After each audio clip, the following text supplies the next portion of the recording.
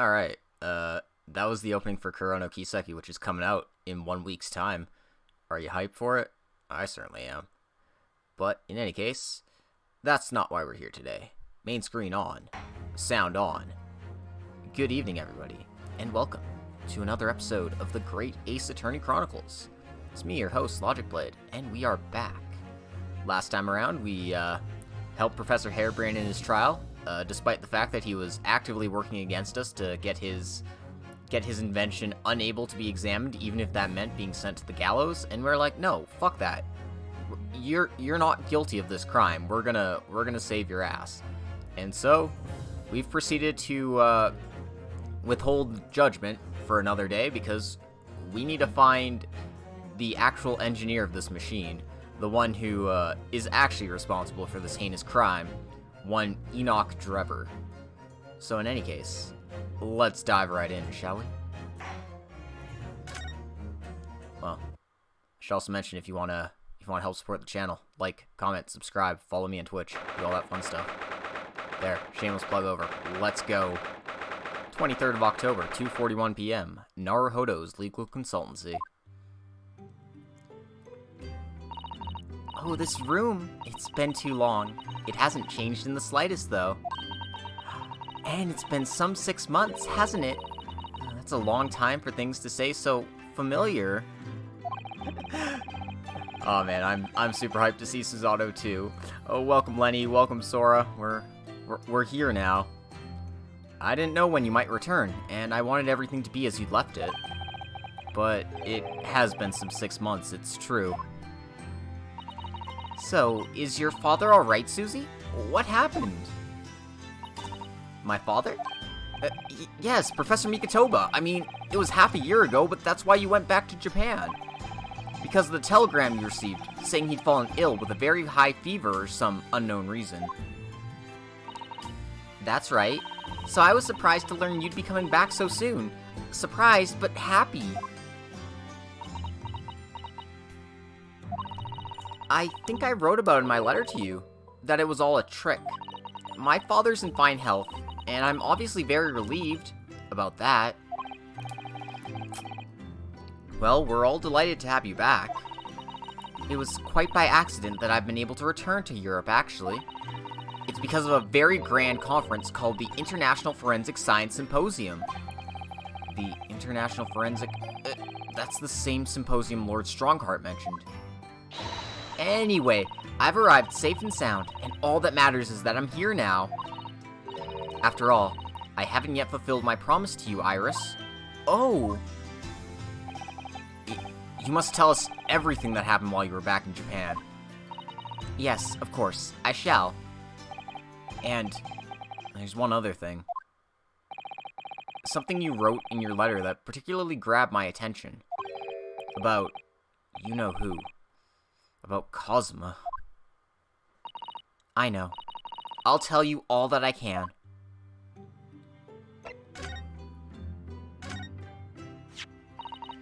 You're still taking good care of that armband, I see. I'm so pleased. Well, yes, it feels like I wouldn't be me without it now, to be honest. Oh dear. There seems to be a thread coming loose just there. Look. I'd be only too happy to mend it for you, Mr. Naruhodo. Oh, thank you. I must have scraped it against something again. I'm always doing that. Then take better care of it, please. It was all going so well, until I ruined it. Alright. So many things to ask. When I first arrived back in Japan, I really thought I'd never be allowed to return to Britain. But curiously, after that awful trial at the Supreme Court, Father's mood changed entirely. The awful trial? Oh, yes. For the murder of Giselle Brett. Ooh, you dressed as a man then, didn't you, Susie? Oh, well, yes. Since women are forbidden in the courtroom, I had no choice. Wow, amazing! I wish I'd seen it. Don't you, Runo? Yes, I suppose so. I want to play at being a lawyer now. I could wear a false mustache, maybe. I don't think that any mustache could hide the fact that you're just 10 years old, Iris. There's something else I've been wanting to ask you, Miss Susato. It's about the real reason why Professor Mikotoba summoned you back to Japan. You said in your letter it was something to do with that convict's loot we found in Mr. Natsume's lodgings. That's right. The very large dog collar we found with the bee emblem on it. It seems Mr. Natsume included a drawing of the collar in the report he submitted about his time in Britain. I understand that when Father saw the report, he turned as white as a sheet. Why would that be, then? Father came to Britain himself, of course, to study. It was some time ago now, but he stayed for 6 years. I can only imagine that something must have happened during that time. But if he refuses to tell me what it was, then I intend to find the answers for myself. And I've decided that I, for one, won't keep any more secrets. Oh, Susie. That's a very meaningful look Susato-san's giving Iris there. You gotta tell her the secret about the Hound of the Baskervilles, come on.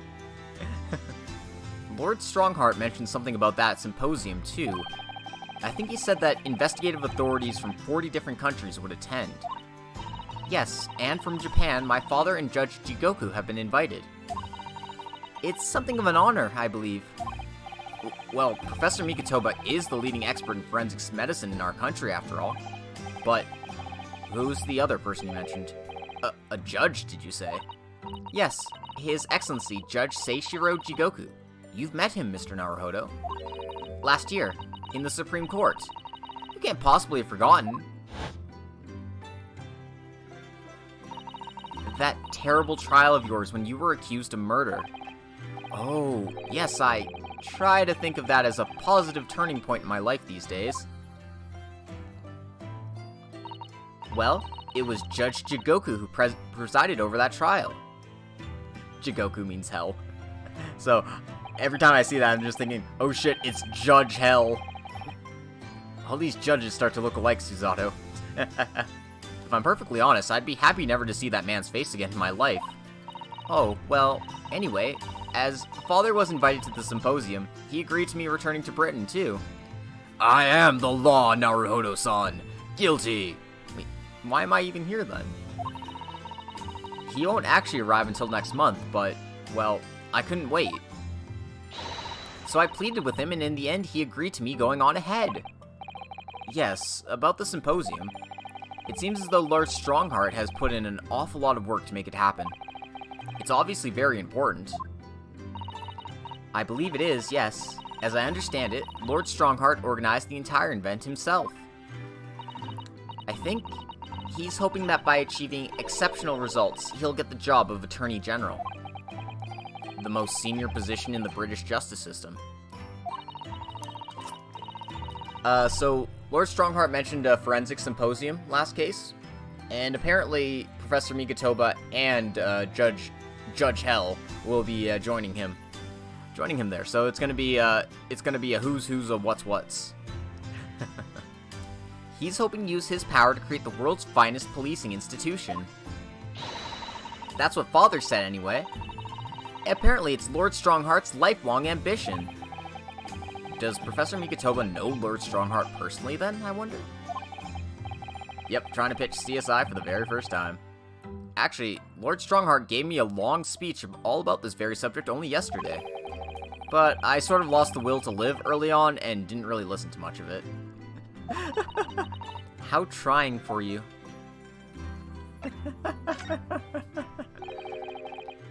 Giselle Brett.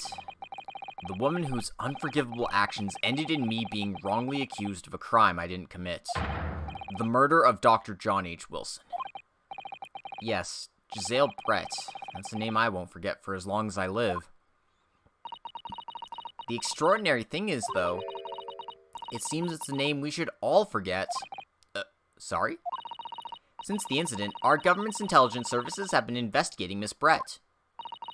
But it turns out that an English woman by the name of Giselle Brett didn't actually exist. Didn't exist? But how can that be? It was a pseudonym. Her real name was Shin. And she wasn't a visiting student either.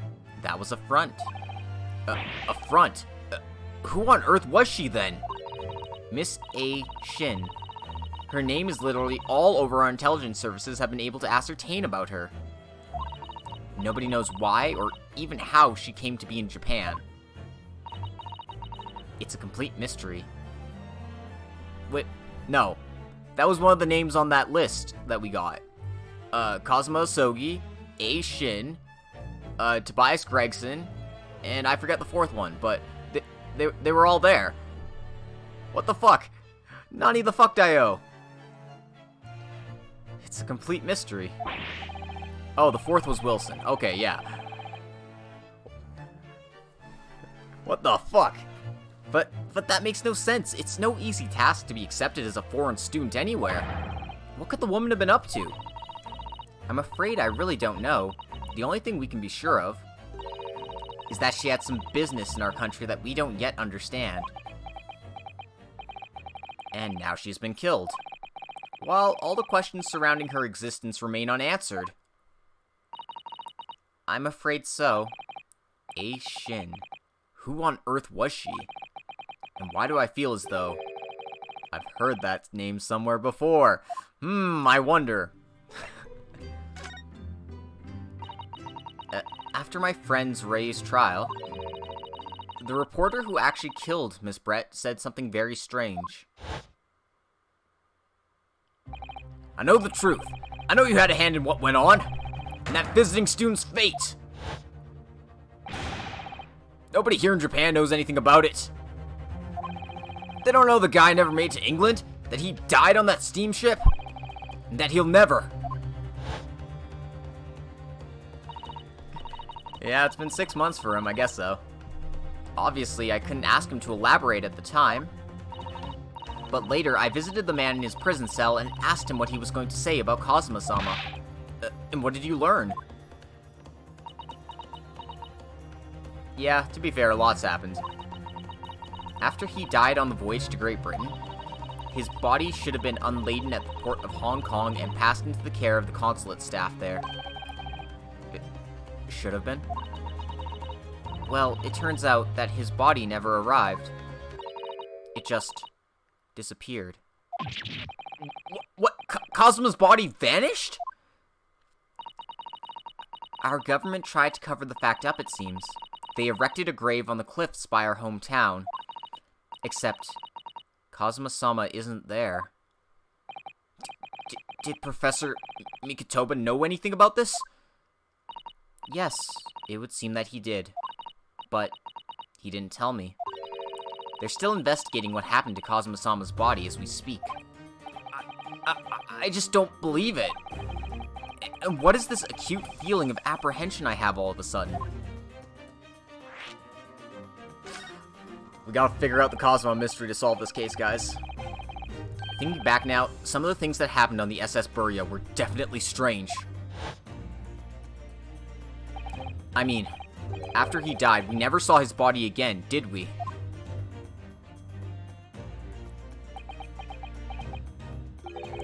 Could it be that he's actually still... Stop it, Mr. Naruhodo! It's too much to bear! I'm sorry, I didn't mean to. Just thinking about the possibility pains me so very much. Cast your mind back for a moment, Mr. Naruhodo. When Kazuma-sama was discovered, Mr. Sholmes was there, wasn't he? And he definitely examined the body. I remember it clearly. Oh, you're right. So, either Sholmes isn't as good of a doctor as he claims he is, or he's lying, and he's covering it up. So if Kazuma hadn't actually been dead at all, it would mean that Mr. Sholmes had lied to us. There's no reason why he would have possibly done such a thing. Isn't there? There's gotta be a reason why, right? I suppose that's true, yes.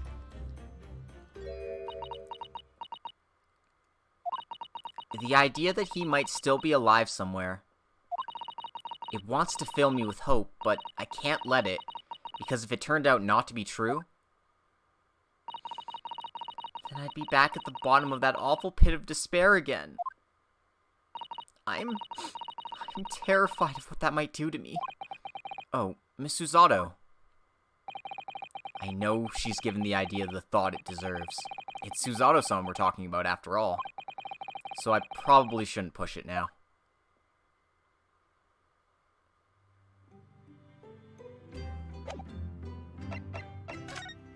Out of curiosity, how do you feel about this newspaper article?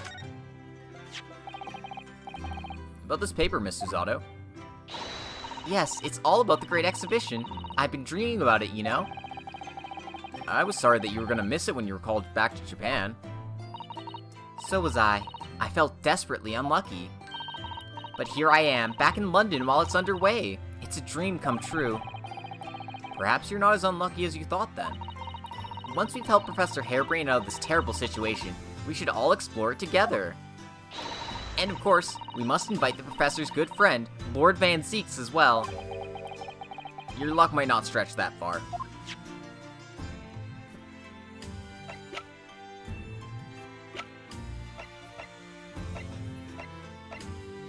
Alright, I think that's all the things I want to show her for now. I guess not. I still have things I need to show her, I guess.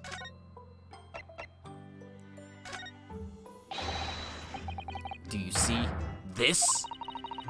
You have such great expectation in your eyes, Mr. Naruhodo, but I'm afraid nothing particularly useful comes to mind at all. Oh, sorry. I'm not sure what I was expecting, really.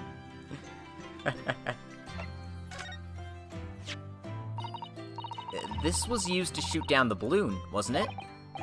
Yes, with a flaming arrow. It's quite a formidable weapon. I'm quite accomplished with the longbow myself, you know. No, really? If you were to balance an apple on your head, Mr. Naruhodo, I'm quite confident I could hit it from a good 50 meters away.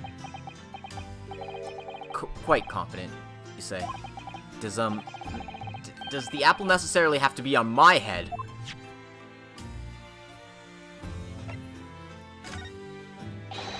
What do you think about this?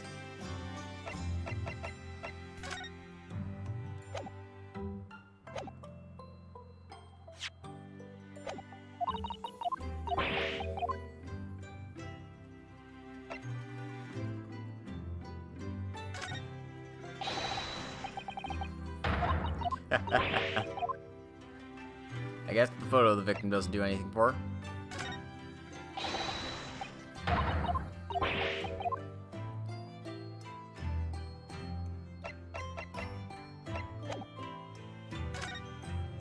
I would if I could. I can't present any people to her. I would love to present a profile of Kazuma Asogi, but I guess not. What do you think about the screwdriver? Alright, I guess that just leaves this photograph here. Alright, well, that's all my evidence. Check out all this stuff I found. Isn't it neat?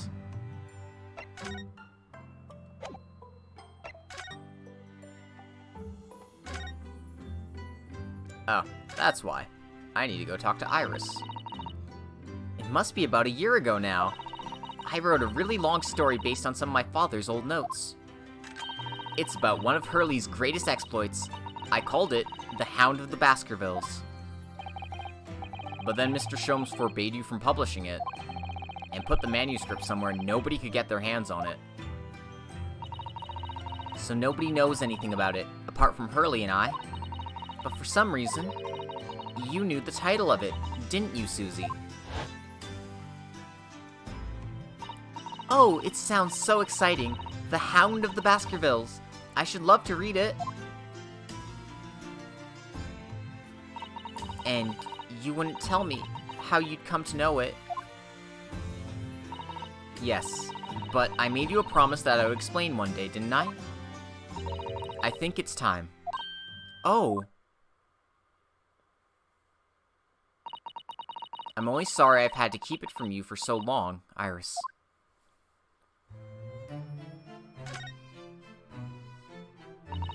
It was completely by accident that I came to know the title of your manuscript, Iris. It was a short while before we left Japan. I was cleaning Father's study and I saw something on his writing desk. A large box of papers. There was a label affixed to the box that was written in English. It read, "The Hound of the Baskervilles." What? My Baskerville story? Of course, I had no idea what it was at the time. But Father came in and... Susato, what are you doing? Oh, Father. Did you look at those papers? No, I simply read the label, that's all. Well, put it out of your mind. Sorry? Forget that you ever saw it, and certainly don't tell anybody else about this. Do you understand? Interesting. So we've got two father figures who are like, hey, no, don't look at this box. But what was Iris's manuscript doing in Japan? I have no idea. But when I heard Iris mention the word Baskerville that day, the title just slipped out. I would never have guessed that it was an unpublished account of one of Mr. Sholmes' exploits.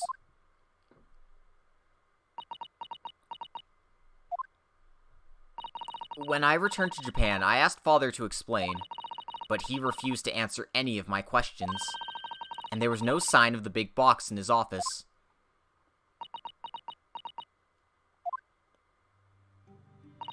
That's really all I know about it. I've no doubt that Father has a very good reason for being so secretive about it, but still. I made up my mind to explain myself to both of you. Well, thank you for being so honest, Susie. Aww. So, Mr. Naruhodo, I'm ready to start investigating if you are. I've committed every detail about the case to memory.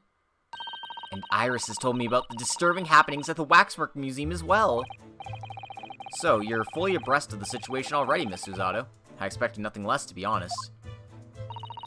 I would think our first port of call should be to investigate this Mr. Drebber, the engineer responsible for building the elaborate machine that was used to effect this extraordinary trick. Yes, a conjurer of sorts by the sound of it, well known in the fields of science and magic. Then we need to go and arrest him. Well, yes. He must know the truth behind this case, so I agree we really do need to find the man. It sounds like it's a case of tracking someone down. Which is a job for the police, or a great detective. Are we supposed to guess who she might be thinking of? We don't have much time, so we need to get started straight away, I think. Good idea. Well, best of luck then. Oh, you're not coming today? I'm going to Brixton Road shortly for the herb market. But let me know later how you got on, won't you? That was a little abrupt. The pull of the herb market must be strong.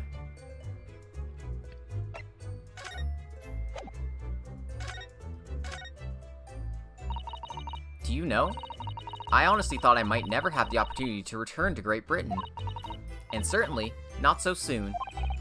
It's funny, for the past 6 months, I haven't been able to work in court.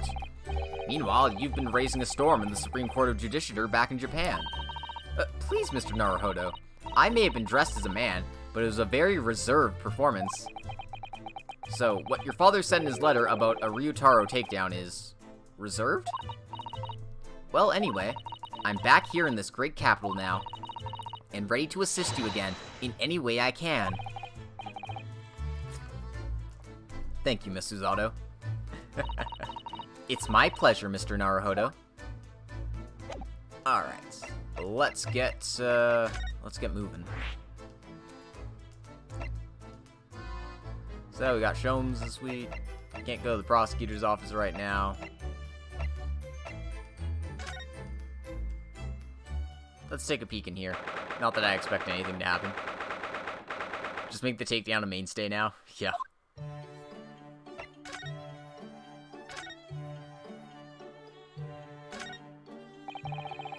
I finally managed to remember this behemoth's name, the Great Analytoscope. I don't think it was here when I left for Japan, was it? Oh, is that right? Yes, because it was with the pawnbroker. Oh, of course. Oh, that's given me a wonderful idea. I could pawn everything that's on your desk.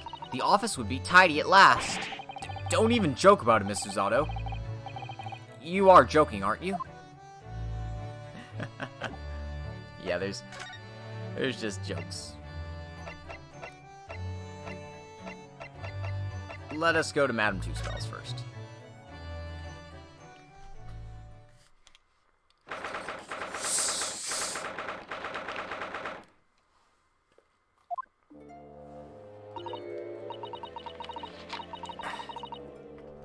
Oh my, no wonder it's called the House of Horrors.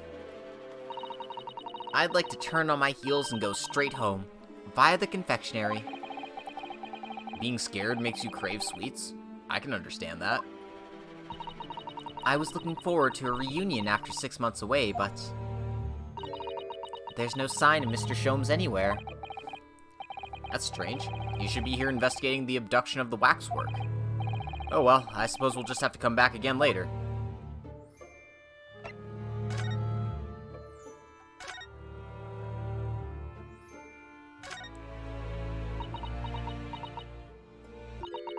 This one's posture reveals his weakness.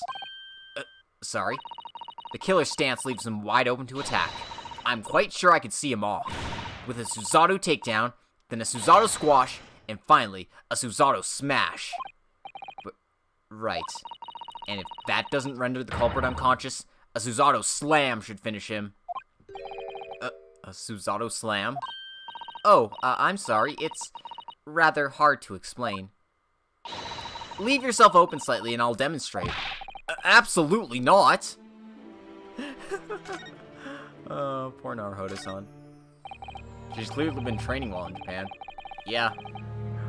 For legal assistant or, wrestling belt? Ah yes, the heavy curtain in the middle of the House of Horrors.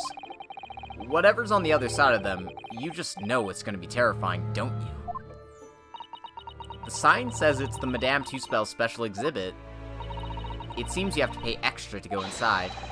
I know, can you believe that? Paying more money, as if we haven't been scared enough already. It's not my doing, Mr. Naruhodo. She's training to be a wrestling assistant. Oh, what a horrifying scene!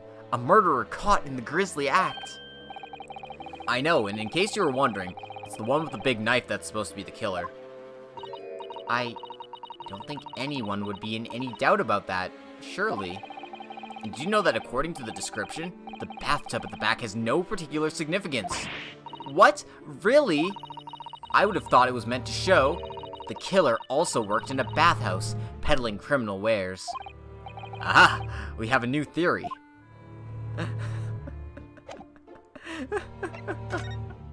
Oh my gosh. Well, let's go back to the scene of the crime, see if we can find something new here.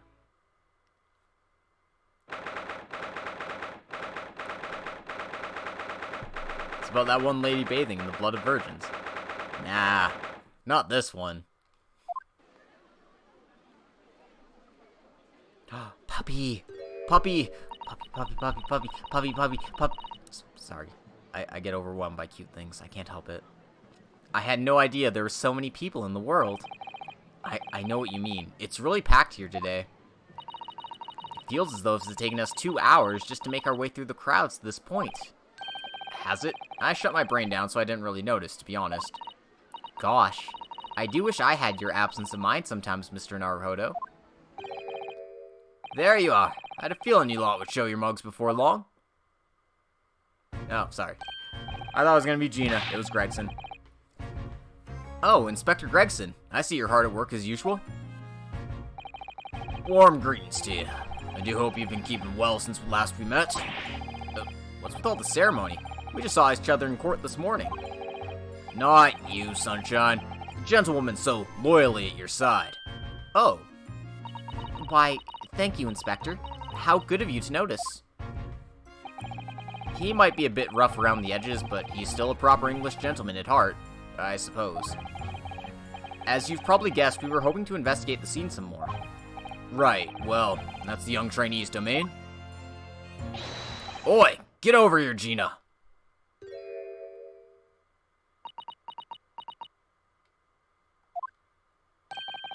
She seems to be busy playing with a puppy. Probably giving it a traditional East End training. Gina? She's a police officer now? Amazing, isn't it? She's a good kid, actually. Heart's in the right place, anyway. She's got the detection bug, if you ask me. Yep, I think she'll follow my footsteps nicely. What do you mean? I'm being transferred. It's time for me to say toodaloo to London.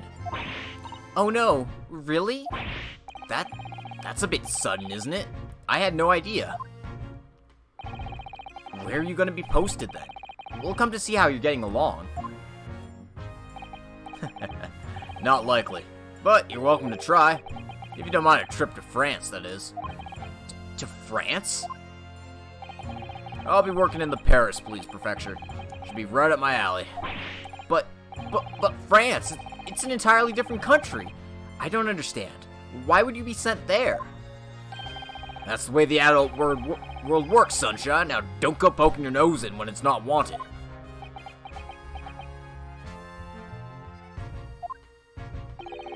I'm intending to take the kid with me when I go. What? You're taking Gina to Paris? Well, can't leave her here in London. Who knows what'd become of her? I suppose he's worried she'd slip back into slipping her hands into people's pockets and purses. I don't think he's worried about her pickpocketing, Mr. Naruhodo. I think he's worried about the Reaper. Oh, of course. So that's playing on Inspector Gregson's mind too, is it? Anyway, I haven't mentioned any of this to Gina, so don't go blabbing, you hear me? No, of course not. I guess Gregson became her legal guardian somehow. I gotta keep this diving diva safe and sound, until all this is over at least. Oi! You just called me a bloomin' diving diva again! So you heard that, did you? Right, well, any questions about the scene, you can put them to my capable detective diva here. Dad Gregson's the best, yep. Alright, yeah, the boss. Inspector Lestrade's in charge here now. I suppose I'd better keep my word and not mention anything about Paris. So, Gina, you've got a new dog, have you? She's like, wait, Gina's a detective? Isn't he great? Toby's his name. Oh, how delightful! He's absolutely adorable! Yes, the dog does seem lovely. But it's the not-so-lovely Inspector Gregson that's playing on my mind, to be honest.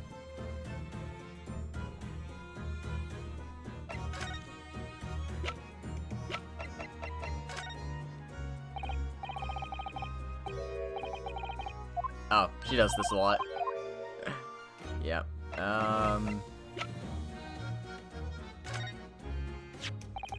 Gina, have a look at this photograph.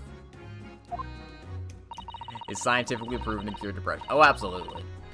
It's amazing looking down on everything from up there. Love eye places me. Really? If I'm honest, I can't stand looking down at the ground when I'm high up. I always have to look up. Shame. I want to show you what it's like. There ain't no point now. Why not? All you're gonna do is look up at the sky. I ain't gonna be able to look down on you. With you, sorry. I mean, I don't look down on you or nothing. If you don't want to do it, it's your choice. I didn't think I'd ever go up in a balloon, to be honest. Not in my whole life. But now I'm starting to think I might like to... Alright, let's go conversing. Gina, we were actually hoping that we could investigate the scene again. Yeah, alright. It's around here, you can do what you like. Oh, that's alright, is it? I'm gonna be playing with my new friend here. Ah, yes, Toby. Aww. The machine that exploded must be at the top of those stairs, I presume. Apparently, in the Japanese script, Gina's dialogue is pretty neutral, so the Cockney accent is something the localization team added of their own accord. And gosh dang, is it so good. Oh, it definitely works for her. I have to agree with that. I haven't actually seen it yet, so if you don't mind. Sorry, you can't go up there, Suze. Oh. It's like I told Odo yesterday. Even I ain't allowed near that wreck. What's it called again? The reason why I ain't supposed to touch it. The Special Dispensation for Scientific Equipment Act? Is that what you were thinking of? That's the one. That's why only them are allowed to investigate it. What are they called again? The Forensic something... The Forensic Investigation Team. Is that what you were thinking of? That's the one, yeah. But isn't it the case that the Special Dispensation has been lifted? Well, I think so. Well, I don't really get it, to be truthful with you. You're still supposed to get permission from some bigwig or other, as far as I know.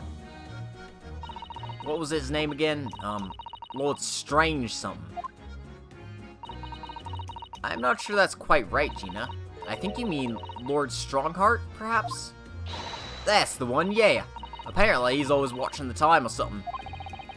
So without Lord Strongheart's express permission, we can't investigate on the stage. Interesting. Seems like we'll have to stop by there at some point. Where did you find that little mutt then, Gina? Oi! Don't be so flamin' rude, Odo! Slight overreaction, don't you think? They ain't no mutt, alright. Toby's... how do they put it? Oh yeah, a bona fide detective. Sorry? Well, I've given him a proper title and everything. It's Chief Inspector Toby to you. More senior than Inspector Gregson, is he? Oh, so he's a police dog, is he?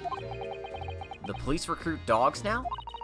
I've heard that they're already being used officially in Germany as part of their city policing. They're used for chasing criminals and such like. They have a wonderful sense of smell, after all. I have a fairly good sense of smell myself, as it happens. I can tell undergarments that have been freshly laundered from undergarments that haven't. Excuse me?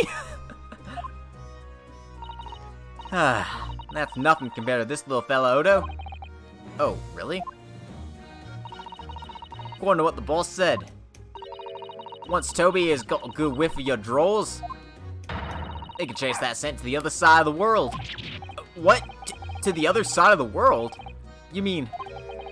he can swim? Mr. Naruhodo, I think you may have missed the point, by rather a wide margin. I just can't believe this little dog has such an incredible skill. I'm telling you, Odo, there's gonna be more and more dogs doing their bit for the police in the future. Yes, I agree. Right, one of those days, they'll be barking orders at us lot, not the other way around. Oh, dear. Sorry, Gina, I don't think I agree with your vision quite that much. Well, anyway, whatever you think about that, Toby is Britain's first police dog. I found him down the East End the other day. Someone had just chucked him out on the street. There you go. I knew she lifted him from somewhere. Oh, Gina, you're such a kind-hearted soul, aren't you? To children and to animals.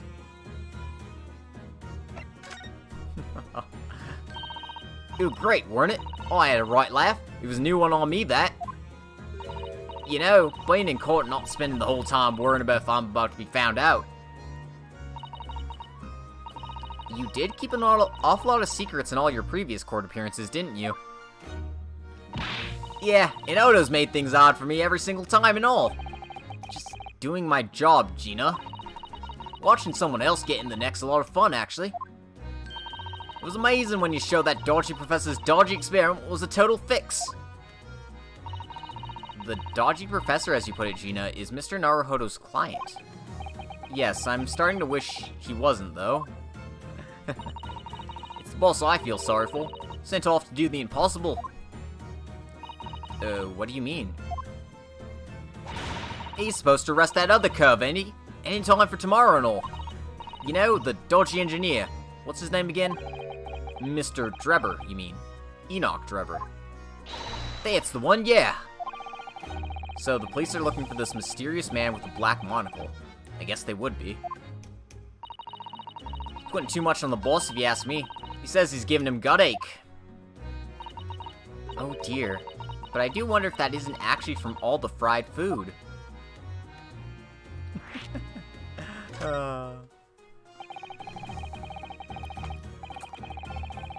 So, Scotland Yard are trying to track down Mr. Enoch Drebber. I wonder if they've had any luck.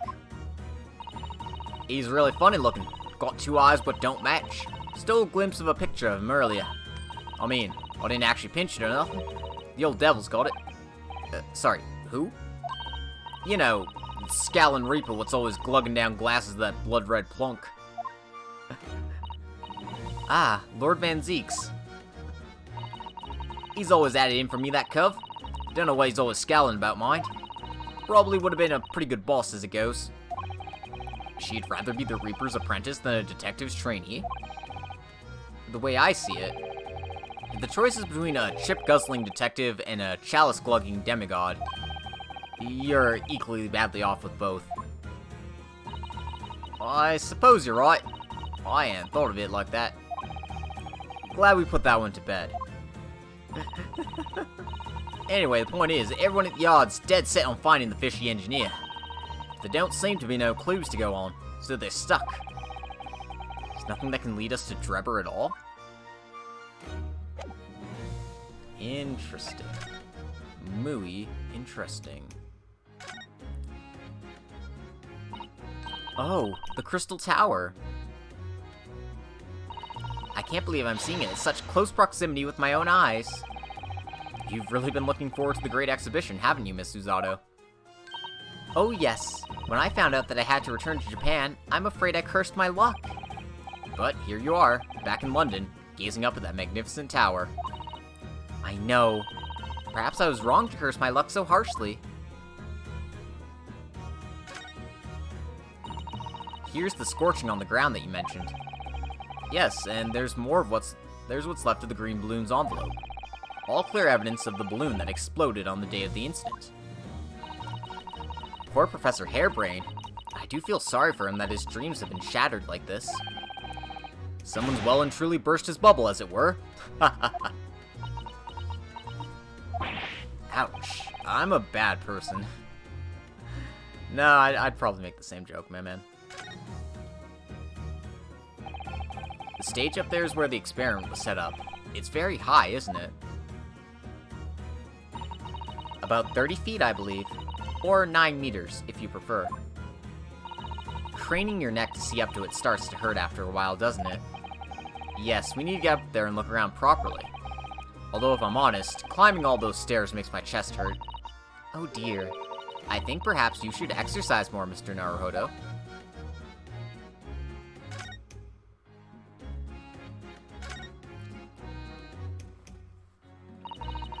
What a shame that the symbolic landmark of the Great Exhibition has been damaged like that. Yes, unfortunately the birdcage crashed in the most prominent position possible. It's the gods giving us a warning, if you ask me. Man must travel under his own steam, and not cut corners with instantaneous kinesis.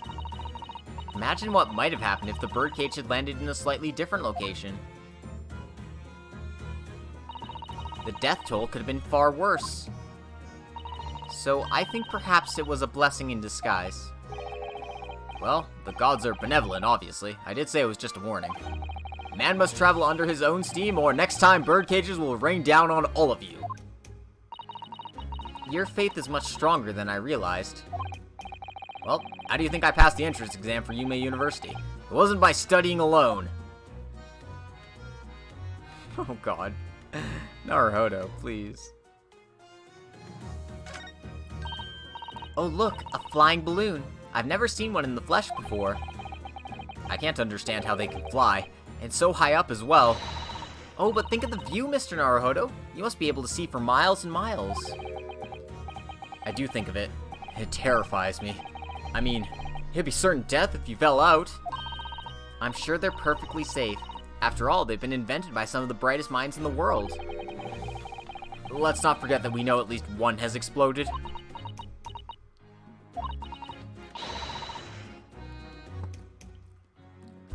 I'm sure there are other ways to fly.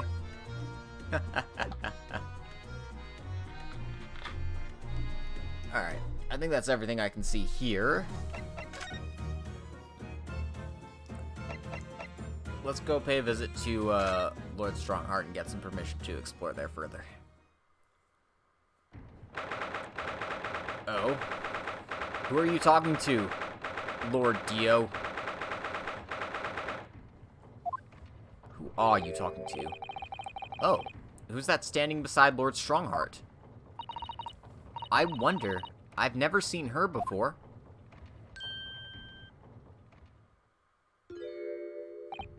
Ah, the young champion of the court. You've had some success this morning, I understand. And you've thrown the entire government into disarray as a result. Oh. You mean because of Professor Harebrain's experiment? Sham science being demonstrated at London's Great Exhibition. The country's been made to look foolish, and now politicians are scrabbling to respond. Lord Van Zeeks is in Whitehall as we speak, giving an emergency briefing. Oh dear, I didn't mean to cause any trouble. None of this is your responsibility. The government is entirely to blame for having been taken in.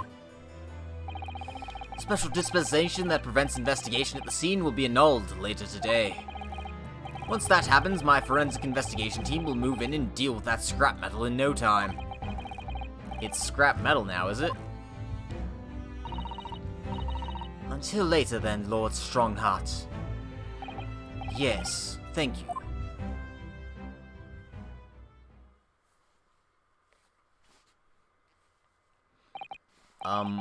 Who was that? That was Dr. Courtney Scythe, Scotland Yard's esteemed chief coroner. She's leading the forensic investigation team's handling of this case. She was just delivering her report about the victim, in fact. Oh, I see. About Mr. Asman. Following the outcome of the trial earlier, I asked the coroner's office to re-evaluate its findings. I don't have time to tell you what she concluded. If you want to know, you'll have to ask her directly. You can find her in the forensics laboratory. Right. Now, what were you here to see me about? I can give you 7 minutes and 39 seconds of my time. So he's not running quite so spectacularly late anymore.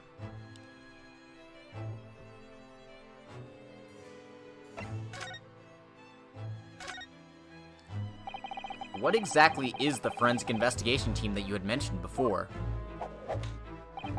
The British Empire's police force must become the most exemplary in the world. For that to happen, it's imperative that we embrace forensic science and everything it has to offer.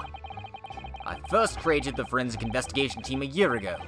Now, unofficially, of course, to pave the way. Goodness, a year ago? At next month's symposium, I intend to present the results of their work to the world.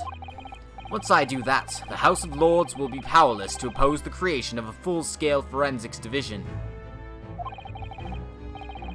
Finally gonna have our own forensics bonus doctor like in the DS remake. Yep, Emma Skye, here we come. And once that happens, the position of Attorney General will be mine, and criminals will suffer dearly. What do you mean? For too long, those scoundrels have made a mockery of our legal system, with false evidence and bribes. But London's scum is about to be rounded up and burnt in the fires of hell. I intend to see to it personally. By creating the finest police force the world has ever known, to protect our honor and our future. Look at those eyes. He means every word. Dr. Scythe is an extremely reliable coroner. When I officially establish the forensics division at Scotland Yard, she will run it as my right-hand woman. Now then, speaking of the symposium, Miss Mikotoba. Oh, yes, my lord? Your father should be on the high seas as we speak, making his way here to represent the Empire of Japan. Yes, that's right. I understand he'll arrive at the beginning of next month. Are you acquainted, Lord Strongheart? With Professor Mikotoba, I mean. It was many years ago now, but yes. I remember Dr. Mikotoba very well. You gotta tell us all about that. If my memory serves, it was some 15 years ago now that your father came to Britain as a visiting student. It was the year I was born, so yes, 16 years ago in fact. Mikotoba was a young practitioner of forensic science, and Shigoku accompanied him as a young promising judge. The punctiliousness and politeness of the Japanese at the time impressed us greatly. I don't know how to pronounce that word, I am sorry. Not that I wish to imply impoliteness or carelessness on your part in any way. I didn't think that you were. Dr. Mikotoba studied forensics at one of London's large hospitals. St. Sinner's, if I'm not mistaken. Dr. Scythe was also there then, as it happens. Then Dr. Scythe knows my father, does she?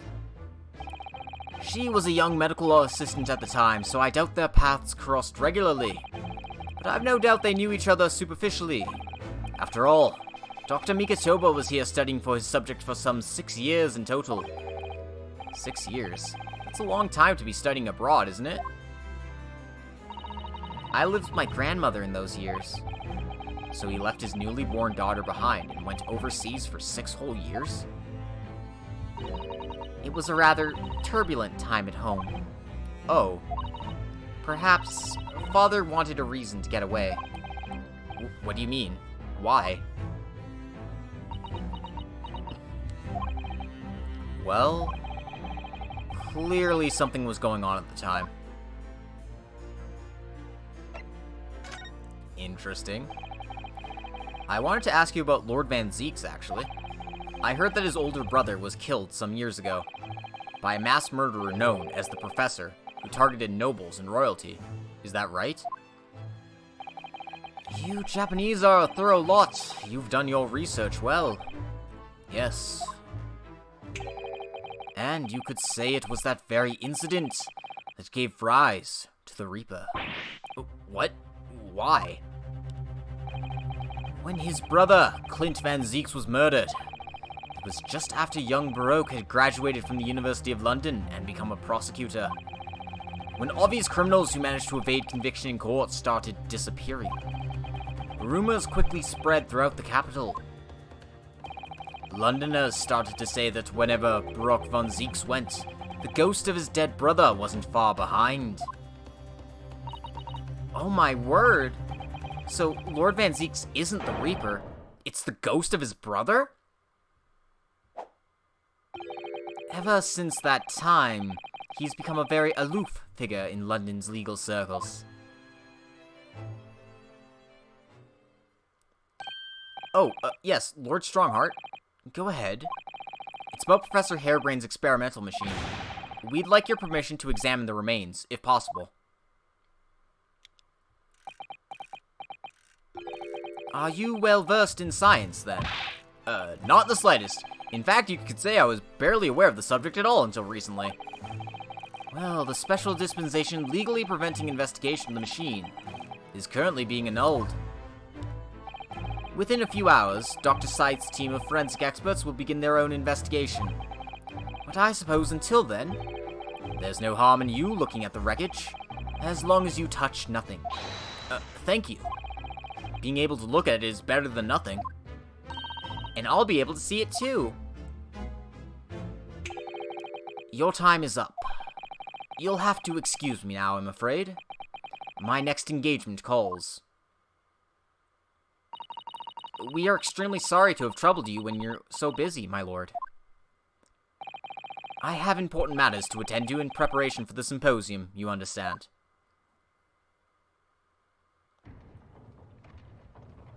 Alright, and there he goes. Birds. As ever, the enormous clock is diligently maintaining its rhythmical tick-tock today. Watching machinery at work can be quite mesmerizing, can't it? Ironically, you can completely forget the time. What I particularly enjoy is watching the enormous wheels of a steam locomotive turning. When I was a little girl, Grandmother often used to take me to watch the railway engines, you know? Wow, it did take about 7 minutes from when he said he could only give us 7 minutes and 39 seconds. I was not counting, so I had no idea. That's bizarre. One could say that's JoJo's Bizarre Adventure. No, god damn it. I'll stop. It was an open fire for me. I could sit and watch the flames for hours.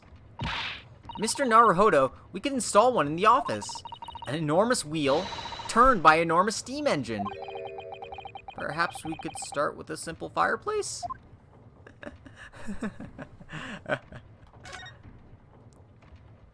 Alright, let's, Alright, so we got a new location. Let's go to the forensics lab first.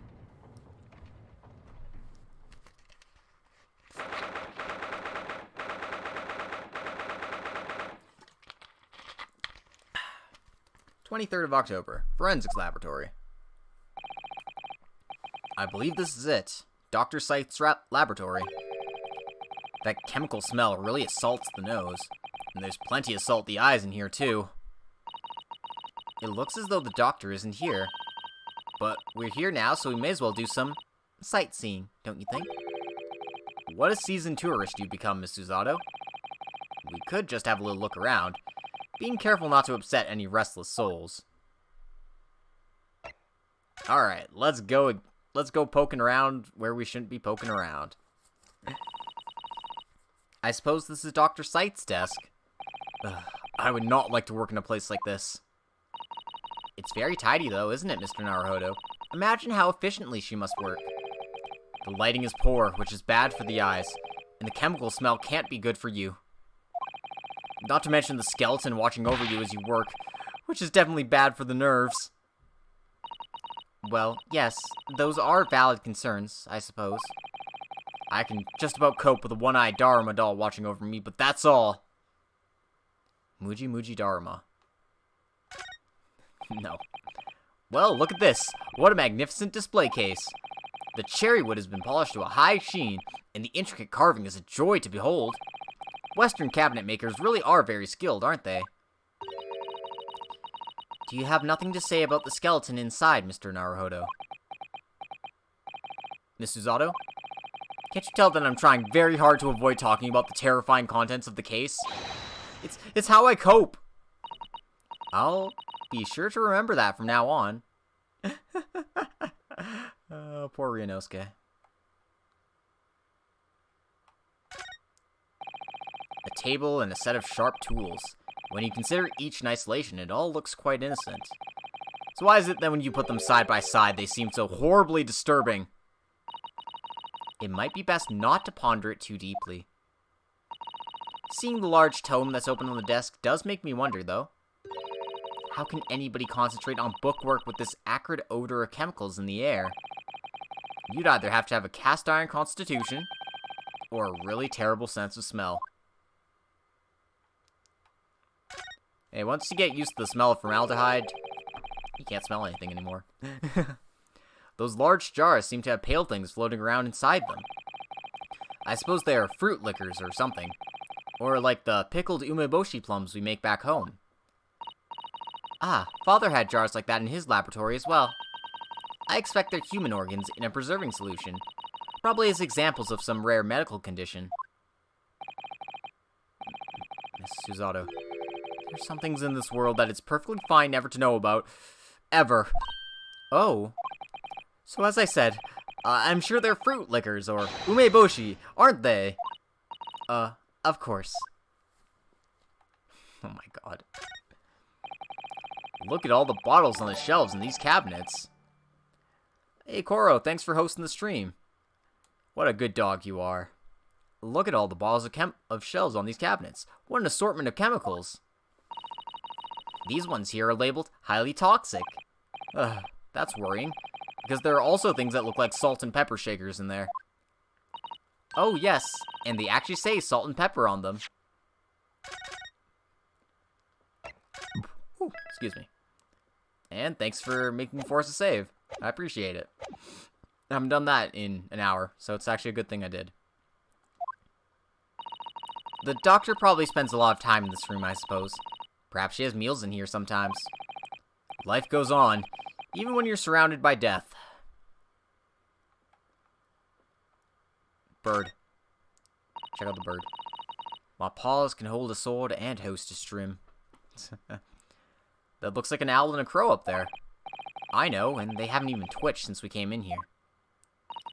Well, no, they wouldn't have. They're taxidermy mounts, Mr. Naruhodo. I was afraid you were going to say that. I've been trying very hard to tell myself that they're just sleeping with their eyes open.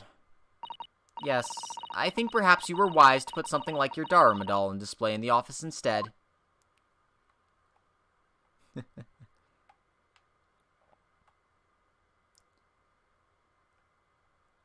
That can't be it, can it?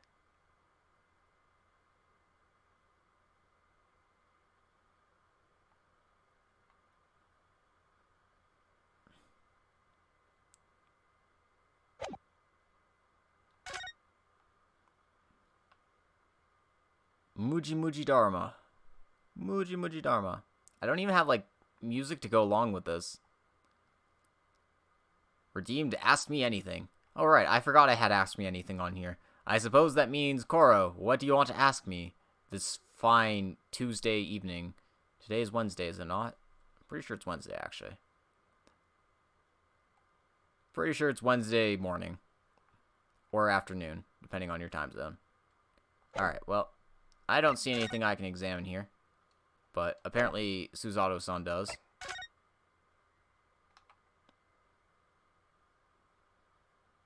So, I'm going to have to be extra careful with my pointer. Some blood on the table. It's not letting me examine that, though. Like, yes, nothing particular of note, but there's blood on the table. It is a coroner's table, but I mean... The book on the far desk. Oh, okay, yeah, I was just being very mean about pixel hunting, I see. Look at this big, thick book here. You free to take me out this Thursday? I kid. Do you plan on playing any other Phoenix Wright games after this? Probably not anytime soon. I mean, I might if there's interest, but considering I've played through all the other games before this one, they wouldn't be blind, and they wouldn't be nearly as fun. Oh, I got you as well. Okay, that makes sense. Yeah, because it's just like, I want to examine it, but it wasn't letting me do it. I had to be, like, pixel perfect. It appears to be an accounting ledger. It's a record of the forensic investigation team's spending, I think. Oh? What is it? It's clear that the team purchased various equipment and supplies on a monthly basis, but... Well, one entry seems rather strange. Really? In what way? They're buying 500 scalpels every month. 500? They must be working really hard on dissecting corpses. I don't know. Judicial autopsies are usually only carried out in certain special circumstances. And scalpel blades can be sharpened, too. It does seem a bit strange, you're right. 500 scalpels a month? What could they possibly be using all of them for?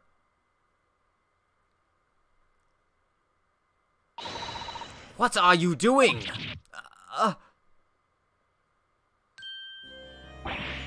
Sorry, we had something we wanted to ask you, but you weren't here, so... So you thought you'd snoop around. That's acceptable to you people from the East, is it? Well, what do you want? Lord Strongheart told us, you see. I'm calling this here murder. She got a very nice theme, though, I gotta say. That it was you who examined the victim's body. Mr. Asmund's body, I mean. Also, hello, Reen. Welcome to the stream. Hope you're having a fine afternoon/morning. So, we came to ask you about your findings on Lord Strongheart's advice. Very well. If the Lord Chief Justice has given his consent, I'll tell you what our investigation revealed. But when we're done, you must leave immediately.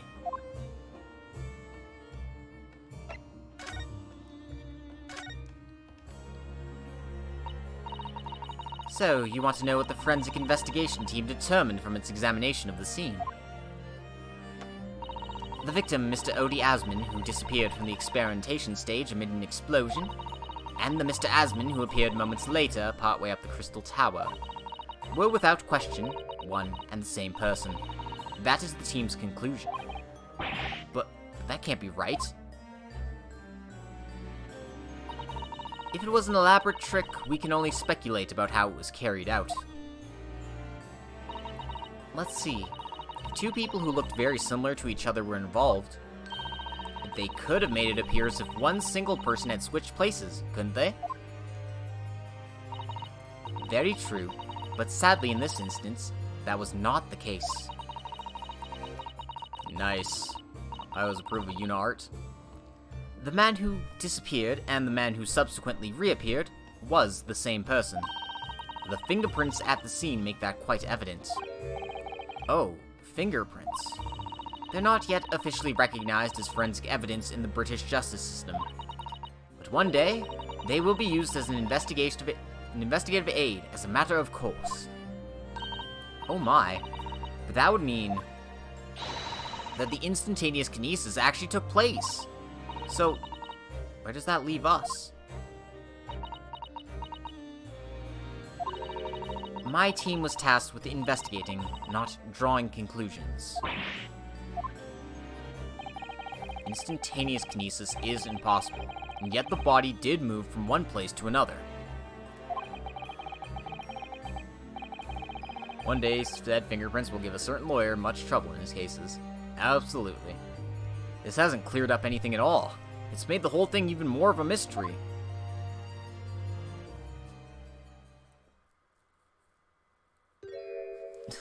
What's with the Plague Doctor mask?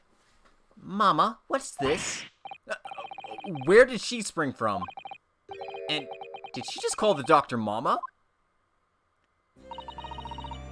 This is a lawyer, dear. Oh. Hello. To meet you. Pleased to meet you. Yes, I'm a defense lawyer. Ryunosuke Naruhodo. Mama? Yes. Can I cut this one up? What? I've never seen inside an Eastern person before. I want to know what it looks like. Of course you can't. It's a live specimen, as you can very well see. Koro, if you're showing me, you don't need to. Reen has already perused my services before. Maybe.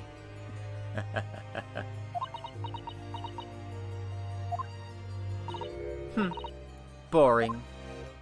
Also, what the fuck? Why do you have a crazy lady? Why do you have her in a Plague Doctor's mask? Why is she carving people up? What the hell? Nani the fuck, Dio? I think I just had a near-death experience. Oh dear. Mr. Naruhodo, you're as pale as a corpse. Then let's leave before I'm mistaken for one.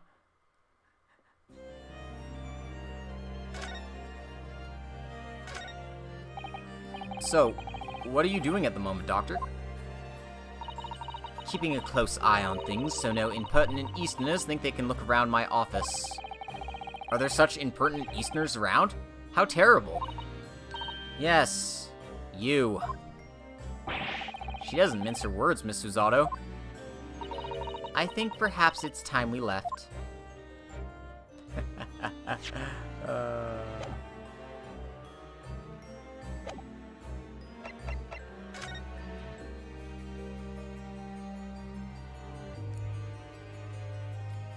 Guessing those two are red herrings is too damn obvious for an Ace Attorney game. Yeah, I'm not sure how they tie into all this. I think they have something to do with the case, but not. But I don't think they'll come into play until later. Like later in the game.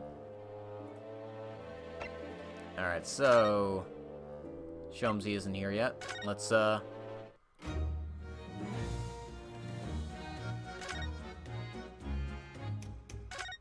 up the stairs now. Oi! It's off limits up there! Try to sneak past me again, I'll stuff your gob full of boss's fish and chips! Yes, please, I love fish and chips. I suppose we need special permission. But we have special permission, we asked for it. Oi! It's off limits up there! Try to sneak past me again? No, I thought it was new. But I have special permission! Oh. Naturally. I have to tell her I have special permission. Duh! Gina, we were actually hoping that we could investigate the scene again. Yeah, alright. If it's around here, you can do what you like. Oh, that's alright, is it? I'm gonna be playing with my new friend here. Ah, yes. Toby. Good old Toby. The machine that exploded must be at the top of those stairs, I presume. I haven't actually seen it yet, so if you don't mind. Sorry, you can't go up there, Suze. Oh? It's like I told Odo yesterday. Even I ain't allowed near that wreck. What's it called again? The reason we ain't supposed to touch it? Oh, I've already seen all this. That's the one. Forensic.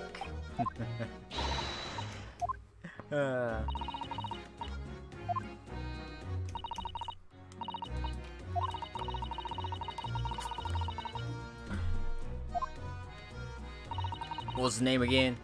Lord Strange something. I'm not sure that's quite right, Gina. I think you mean Lord Strongheart, perhaps.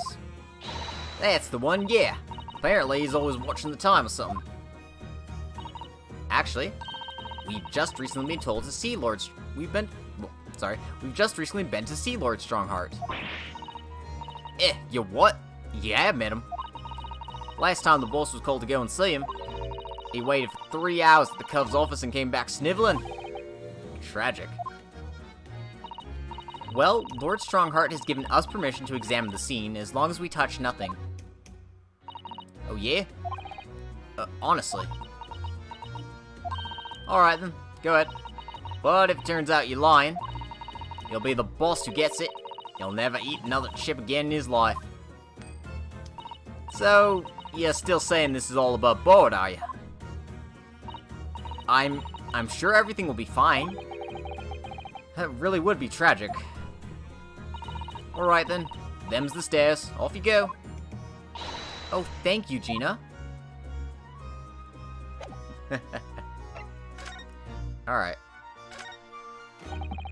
These stairs lead up to the experimentation stage. Let's go and see what we can find out.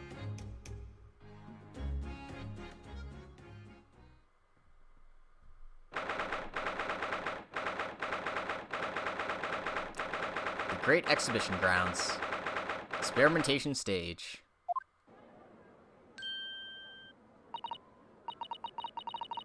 Oh my, so this is the machine?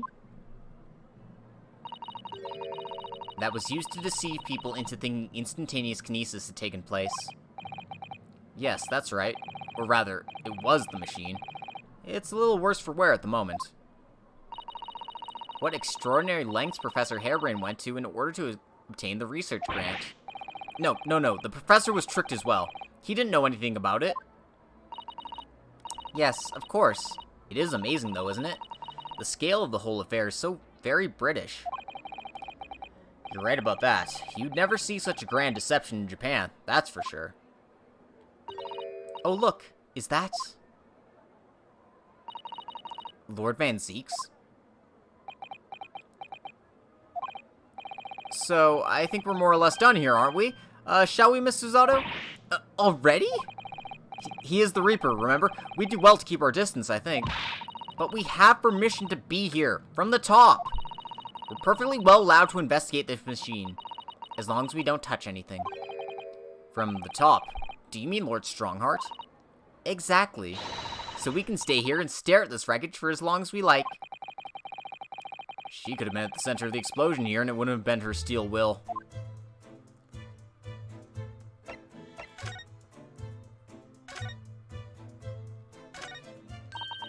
Look at that horn-shaped transmitting device. Isn't it amazing? That's exactly what I thought when I first saw it. It makes you think, doesn't it? If only it had just been a normal horn, none of this would have happened. That's almost exactly what I thought as well. I bet I can predict what you're going to say next in that case. You're about to say, "Nothing ever goes to plan," are you? Oh no, I would never say something like that. Sorry, Ryunosuke. Joseph Joestar, you are not.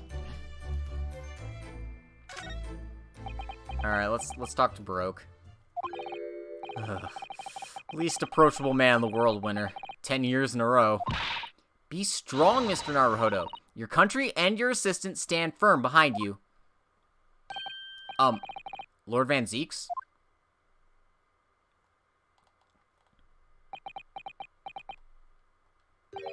What? Well, beautiful weather we're having, isn't it? I thought I was making it quite clear that I didn't want to be disturbed. Apparently, you Nipponese are unequipped to read the signs. Oh, I read them. So, what are you doing here? Entry to this area is prohibited. Oh, well, the thing is, Lord Chief Justice Strongheart granted us permission to investigate, on the condition that we didn't disturb anything. And yet you've managed to disturb me! Never mind. State your business then. Come to think of it, there are quite a few things I'd like to ask Lord Van Zeeks about. Not least of which is that awful case, even though it's nothing to do with this. Ask away, Mr. Naruhodo. You won't know unless you try. So, Clint, was the name of your older brother, I understand, Lord Van Zeeks. You Nipponese. I always have to be on guard whenever you're around. So, you've been investigating me, have you? Oh, no, it's not like that. Well, alright, it is a bit like that. My older brother was also a prosecutor. He was the pride of the Van Zeeks family. But tragically, a vicious killer took him from us. The professor, you mean?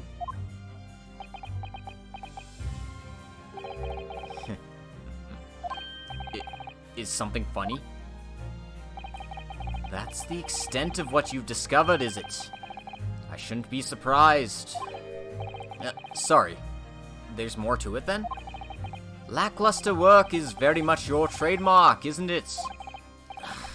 You're too kind. Are you gonna tell our Nipponese with the same brush next? So tell me, what's your interest in that historic incident? As it happens, Lord Van Zeeks, there's a rather curious case that's come to our attention. Are you aware of the Madame Two-Spells Museum of Waxwork by any chance? I am, naturally. I believe that since last month I feature in one of the displays there, for public scorn. Of course, the infamous Reaper of the Bailey would have to be exhibited, wouldn't he? Well, a particular waxwork has been stolen from the place, and held for ransom. Particular waxwork, which... Wait, you mean... Yes, it's the professor. Mr. Sholmes is investigating the case as we speak. I was unaware of that. He's turned as white as a sheet.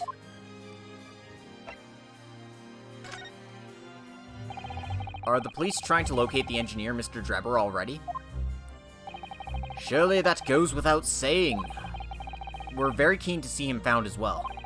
The trouble is, we don't have much to go on aside from the description of the man we heard in court earlier. Which, according to Professor Hairbrain, was of a tall, thin gentleman who has straight white hair and wears a black monocle. So, I was just wondering, I mean, I realize it's probably not possible, but, we'd very much appreciate any more clues you can give us. Wow, Suzato-san really knows how to take the bull by the horns. Fine, why not? I have a photograph of the man here from an investigation 10 years ago. Though it appears he already had that black monocle at the time.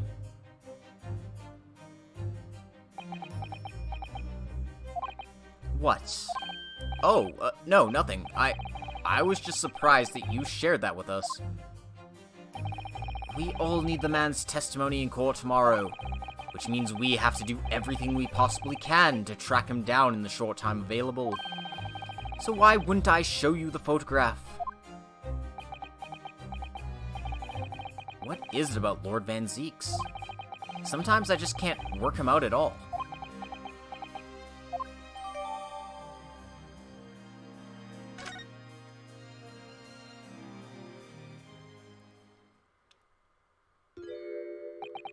Hello. Ah, the file I requested for the trial tomorrow. Thank you.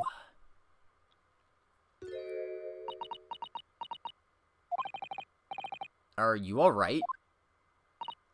Who is this man, Mr. Naruhodo? Lord Van Zeek's apprentice, apparently. So I'm not the only one. Suzato-san can see it too. I'd recognize that chin anywhere. Lord Van Zeeks, may we speak with your apprentice for a moment? With him? Why?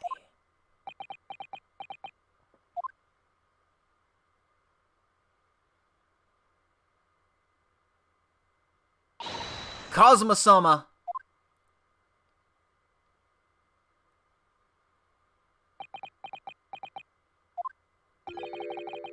Kazuma. I don't believe it! Your posture, your presence, it can only be. It's you, isn't it, Kazuma-sama?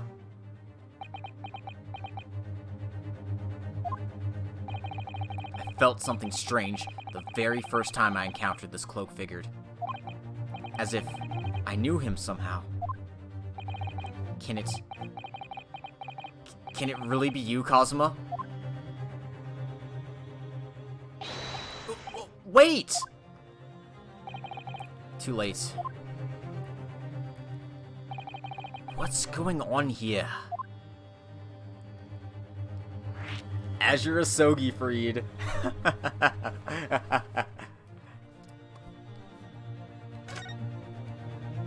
Oh my god. Jigu Frido. What is your interest in my apprentice exactly? You act as if you know the man or something. Well, since when has he been in your care? I don't recall you having an apprentice before I left Britain 6 months ago. Lord Strongheart introduced him to me about 3 months ago now, with instructions to mentor him as a prosecutor. But he didn't tell you why, did he? The man appears to be suffering from amnesia. He's forgotten every last detail about himself. He has amnesia? Tomorrow, he will appear in court at my side. What? He's to serve as my judicial assistant, on Lord Strongheart's orders. He'll be in court with us? Now then, unless I'm much mistaken, I believe this conversation has run its course. Oh, yes, thank you. I definitely saw a reaction there. When Suzato called out like that, it really seemed to hit a nerve. When she called out, Kazuma-sama.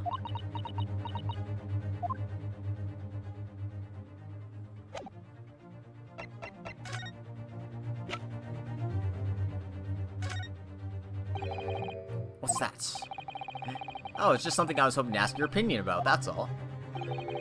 It's a serious crime for the defense to attempt to extract information from the prosecution by illegal means.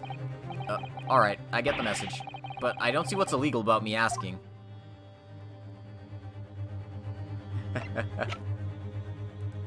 Alright, let's get examining, shall we?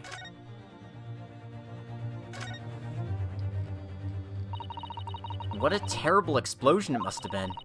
Even the steel girders have buckled and twisted in the blast. All he needs now is an opera singer that's secretly Susanoo's sister. That'd be a bit much. And what they call the birdcage was right in the middle of it all, just here. But look, Mr. Naruhodo, that metal grill on the floor looks as though it's designed to open. It does, doesn't it? If the floor had opened at the precise moment the explosion occurred, the birdcage could have dropped through and disappeared from sight. I don't think there's any doubt that this was a very elaborate hoax, is there?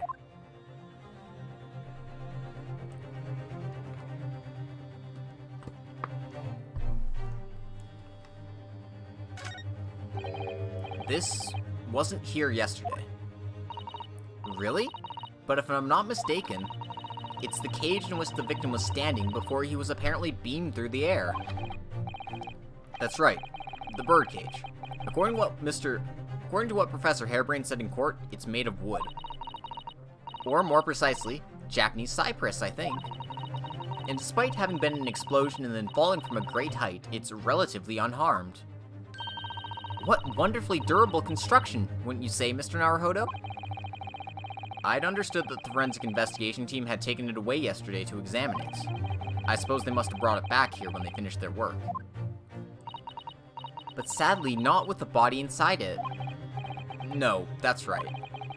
I know we were given strict instructions not to touch anything, but still, this is too important a piece of evidence to overlook. We might need it for the trial. So we're gonna take it with us.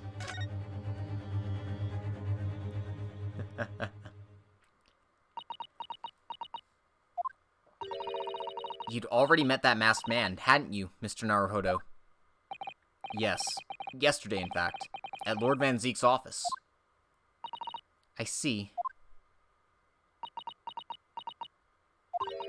And if Kazuma-sama really is still alive, it means that Mr. Sholmes lied to us. I know. We're gonna need to speak to him about that. You're going to have to leave now. The forensic investigation team are due to arrive shortly. If they find you here, it will cause problems. What sort of problems? Foreign affairs problems.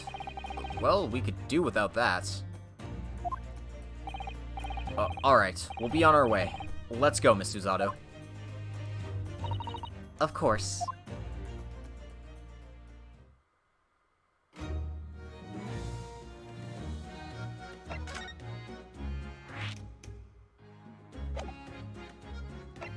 But I already investigated the scene.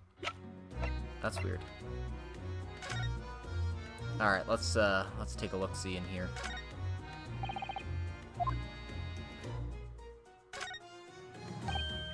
Oh, look here, Miss Susato. Oh yes, the wood's cracked and broken a little. I suppose because it fell from such a height. Yes, from the height at which the balloon was flying, down into the crystal tower below. A fall of about 30 feet, or 9 meters. Leaving the man inside tragically dead. That's also the same height from the base of the stage to the ground.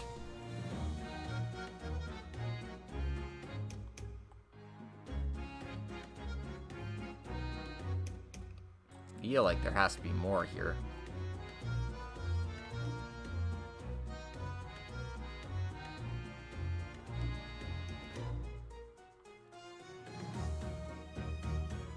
But I guess that's all I can see for now.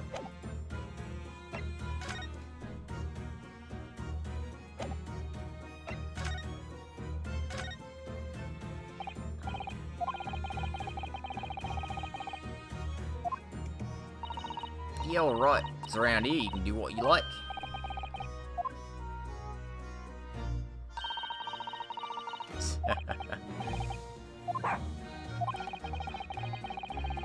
Apparently we can't look around on the stage now because the forensic investigation team are at work. Can't you do anything, Gina? In your capacity as Inspector Lestrade.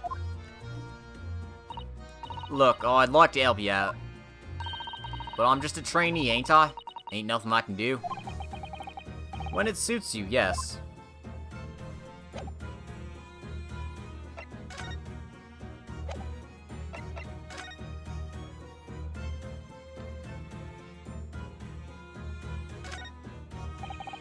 We'd better not try going up the stairs to the stage area now. If we were to bump into the forensic investigation team, it sounds like it could make trouble.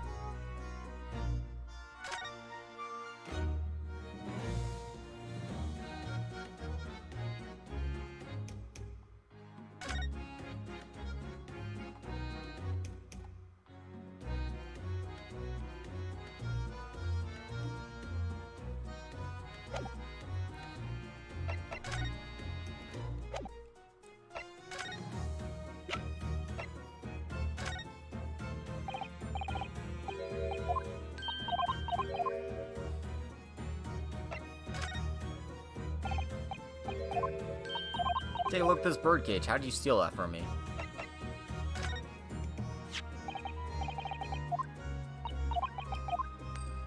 I've already seen these. Clearly I have to present something to her. I just don't know what.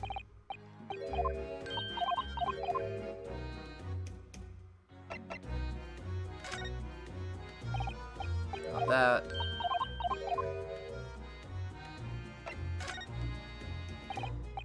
Got this.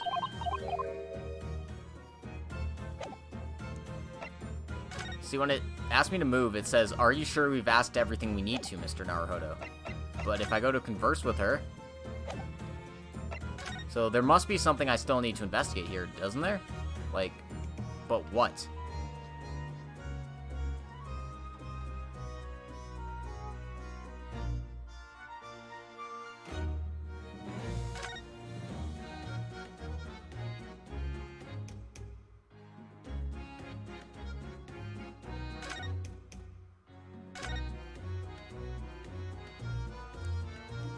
Yeah, I was thinking maybe there's something up here, but if there is, I'm not seeing it.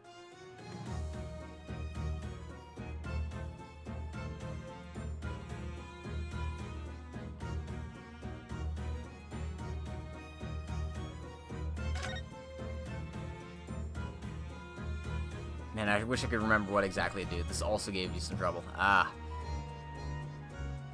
Yeah, no, I'm like... kind of running out of things to examine or present or show or anything of that nature.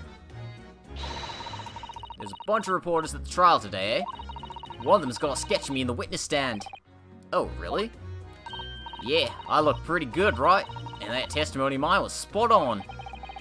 I'm not sure that spot on is quite the right description. And look, it was in the special edition and all. I bought a copy.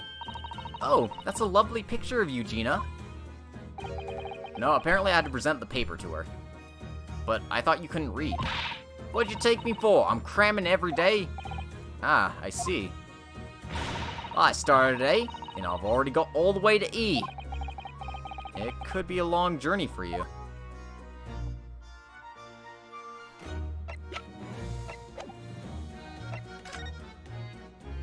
Okay, that wasn't it, though.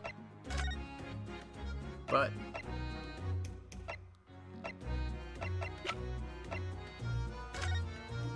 yeah, I thought about presenting the picture of Trevor, but it just gives me this again. Alright, force a save.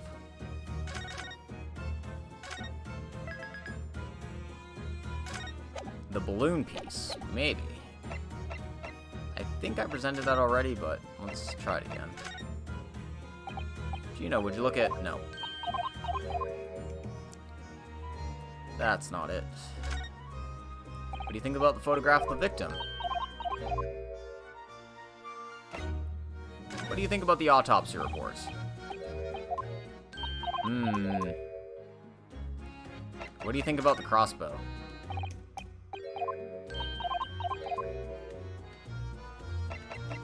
What do you think about Andrew? Andrew the screwdriver. Nope. Damn, I thought for sure it'd be Andrew. What do you think about my armband?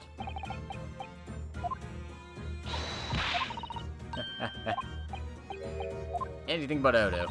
Well, I could call you Defender Naruhodo if you like, but don't really trip off the tongue.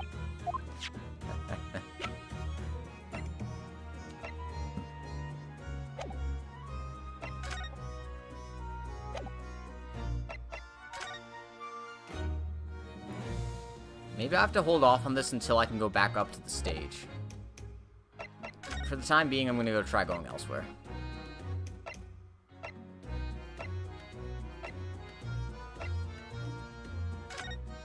Let's go to the prison for a bit.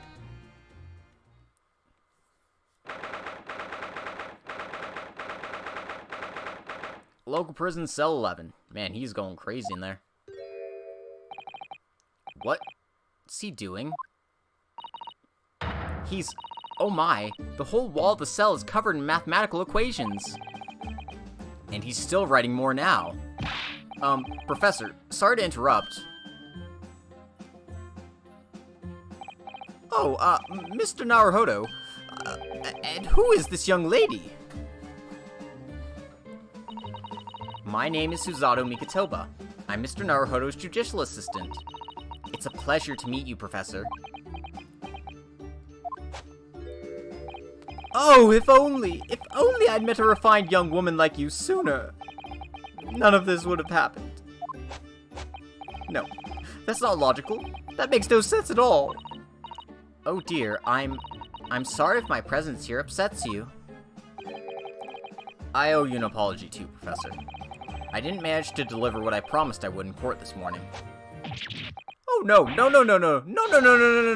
whole thing, the whole miserable affair, it all happened because I've been such a complete and utter clot. Professor Hairbrain? What have you been working on in your cell? Oh, you mean that? Oh dear, how embarrassing.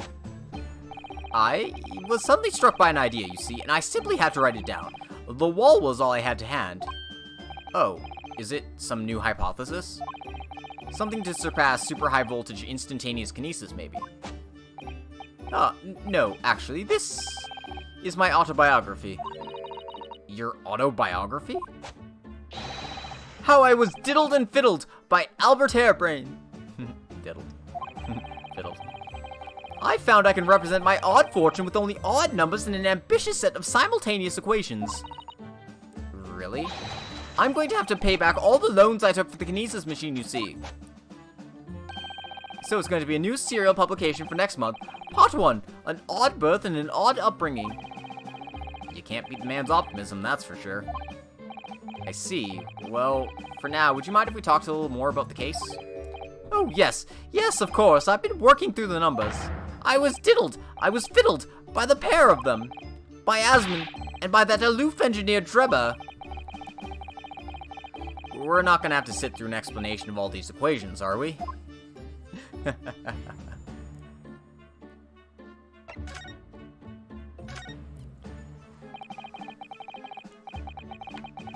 Yeah, so much for that. Apparently, Scotland Yard's not doing a good job of keeping him, keeping away from possessions.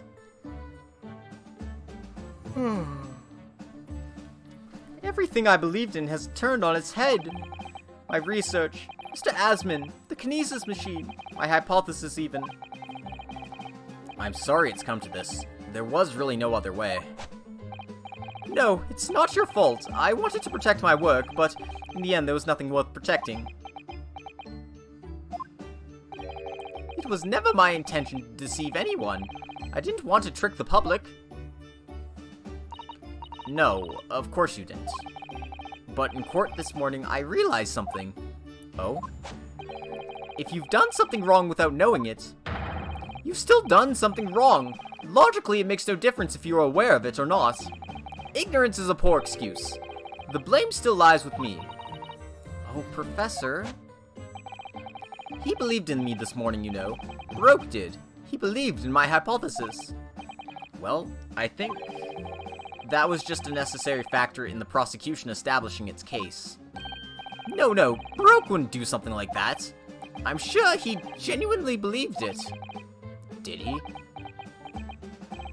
I think I understand now. why it was that he decided to take on the prosecution in my trial, I mean. Alright, let's hear it. After the terrible accident happened, nobody would believe my hypothesis anymore. Not the police, not the prosecution service, not any lawyers even. I feel like I dealt some kind of finishing blow there. So if any other prosecutor had taken the case, if it was anyone other than Baroque, I'm sure the prosecution would have declared my hypothesis a complete and utter nonsense. Yep, get yourself a homie like Van Zieks who's trusted in your friend, and will prosecute you to the ends of the earth. And in that case, you would have been declared a fraud yourself, Professor. Exactly. Which would have been a fate worse than death for me. But Baroque insisted that I was a proper man of science from start to finish. You think that's why he... I know him very well indeed. He's an extremely kind-hearted soul. But that extremely kind-hearted soul spent all morning trying to paint you as a murderer, didn't he? Well, admittedly, that part of the analysis appears to have some flaws in it. And what about the whole Reaper side of things? How does that fit in with the kind-hearted soul idea?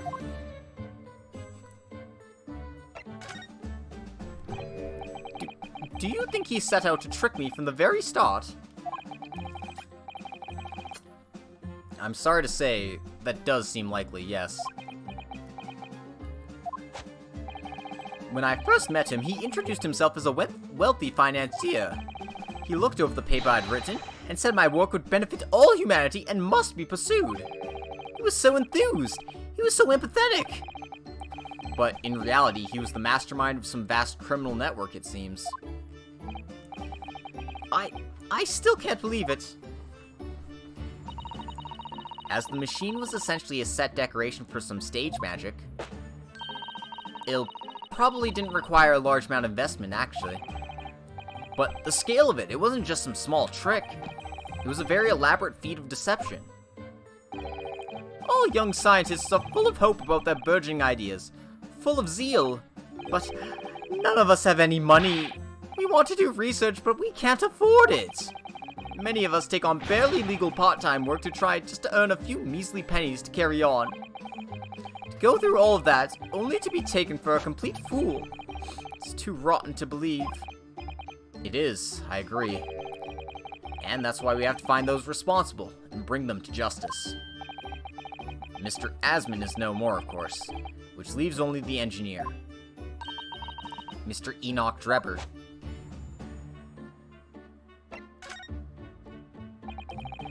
Is he an engineer, or a magician, or a swindler? It was about a year ago when Mr. Asman first brought Drebber to meet me in my laboratory. Since then, I've met him many times to discuss details about the kinesis machine. But at no point did you have any inkling that he was just an illusionist? Oh, he definitely wasn't just an illusionist. What do you mean? He was a wealth of deep scientific knowledge. There's no question that the man's a genuine scientist. It's instantly apparent in conversation. I see. But the wretched man deceived you, Professor. It's unforgivable. We must do everything we can to find him and bring him to justice. Are there no more clues you can give us to his whereabouts? I'm sorry. We only ever discussed the kinesis machine. Nothing else. Although, just once, I did visit his workshop. What workshop? Drebber's enormous fabrication laboratory, where he constructed my great machine. You really should have told us about this sooner, my dude. Why didn't you mention this before? Enoch Drebber's workshop? There's every chance we might find the man there.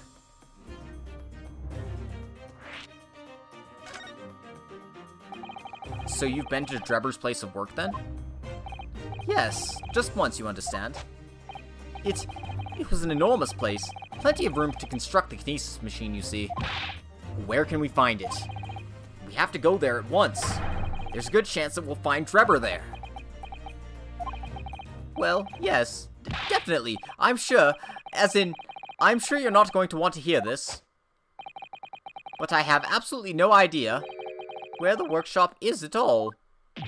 I'm so sorry. I was more than half expecting that. You see, I was blindfolded in the carriage the entire way there. He blindfolded you? He wasn't taking any chances then. The place was incredible. The pinnacle of modern engineering. Even the oil he used was the very best.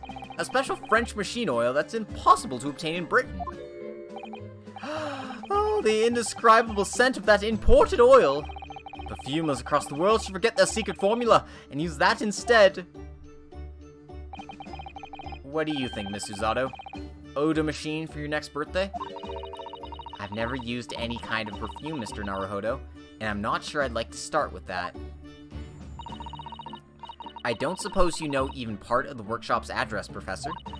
You don't have a business card for Mr. Drebber, for example? The man was clearly cautious, Mr. Susato. Ah! Yes, I do. He gave me his business card once. It's right here, look. What? Let me see that. Throw etiquette to the wind, why don't you?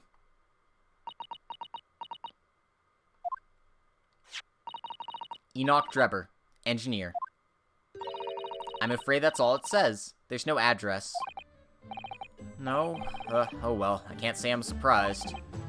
Still, this could be useful.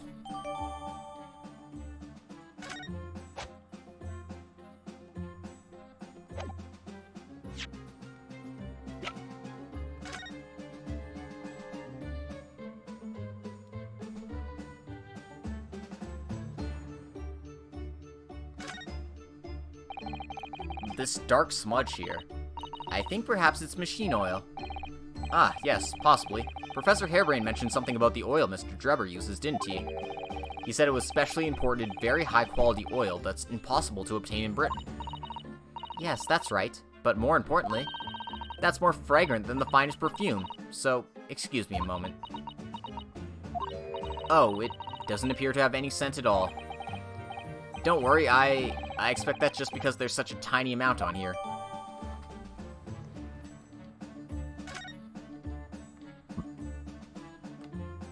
Is that all we can glean from this? Part of me makes me think it's like folded up, but it's not. That's just how it looks. Okay.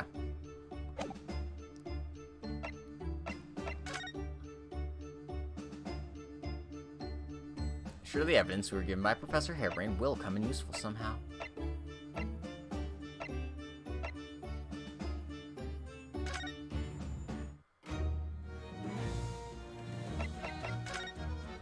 Not that I think I'll get anything out of this, but...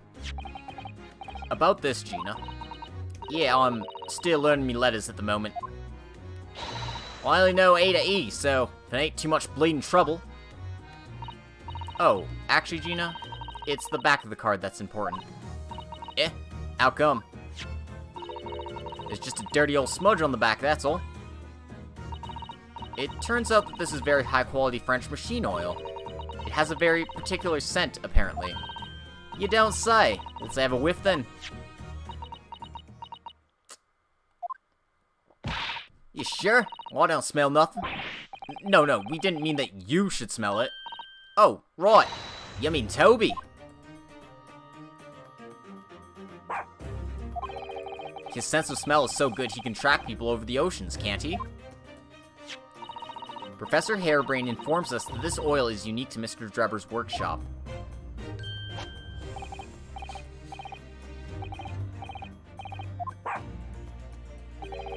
I think he's picked up a scent.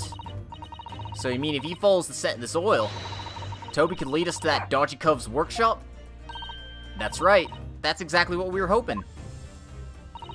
Alright then, we'll give it a go. I'll just borrow that. What? Wait, when did you... Once a pickpocket.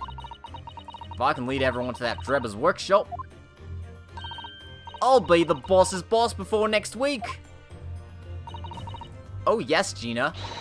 I'm sure you'll be promoted. Poor Gregson. Nah, I gotta put Gina above Gregson. Right then, Odo, leave it to me. Sorry. We're gonna get going after that dodgy engineer cove this minute. Oh, but hang on. Someone's supposed to be on guard duty here all the time. I'm afraid we can't help. We need to get on with our investigation as well, Gina. Oh, right. Oh well, never mind. It ain't gonna be me what gets in the neck, it'll be the boss. Poor Gregson again. Ready, Toby? Got that oil scent, have you? Come on then, boy. See you later. I do hope the scent of that oil leads them to that swindler's workshop. Yes, I hope so too. Ideally before the dog swims across the channel to France. Well, I think we've done all the investigating we can here for now. If we could just determine the whereabouts of Mr. Drebber. I'm sure Gina and little Toby won't let us down. Now then, do you think we ought to try to speak with Mr. Sholmes at this point? We have things to discuss, and I'm dying to meet him again after all these months. Yes, it's quite possible he might know something useful. You're right. We ought to find him at Madame Two Spells. He's supposed to be working there as a temporary waxwork exhibit. Yes, Iris told me all about his latest unusual venture.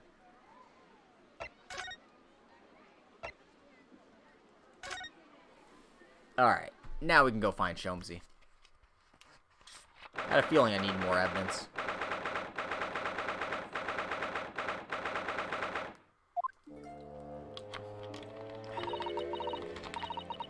Here we are again at the House of Horrors. I'm afraid I haven't gotten used to the place yet. I'd still like to turn on my heels and go straight home. Via the confectionery, of course.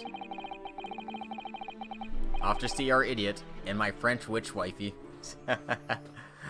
My wife! Suzato-san really is after something sweet today, isn't she? Ah! What's the matter? Look, Mr. Naruhodo. Look at that waxwork. I'm quite sure it wasn't there before. It looks exactly like Mr. Sholmes down to the very last detail. Aha! What is it?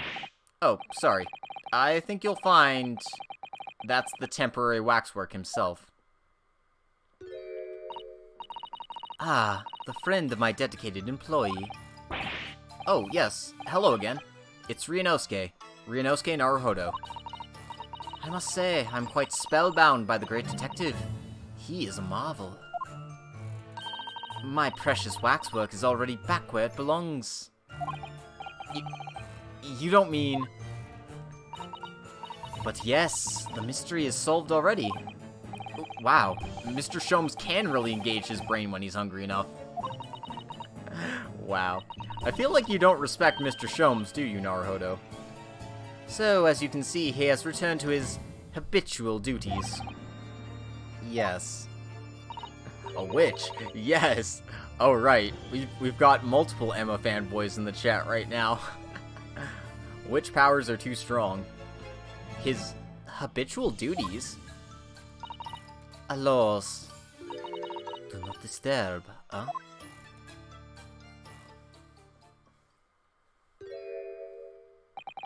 Poor Suzato-san. She looks very perplexed. I mean, wouldn't you be?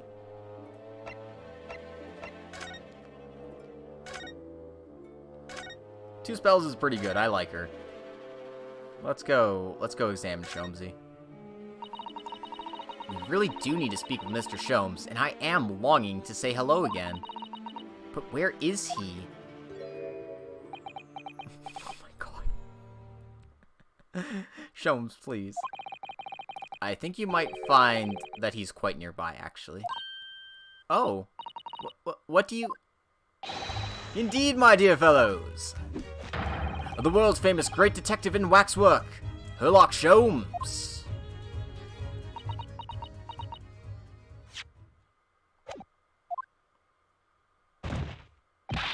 Suzato-san! Suzato-san! Can't believe Suzato-san's dead.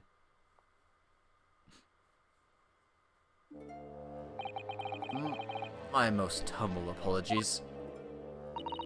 I thought I died and gone to eternal paradise for a moment, via London. My dear madame, allow me to make amends by offering you a tasty free deduction at some point. As long as it's not of questionable street food quality.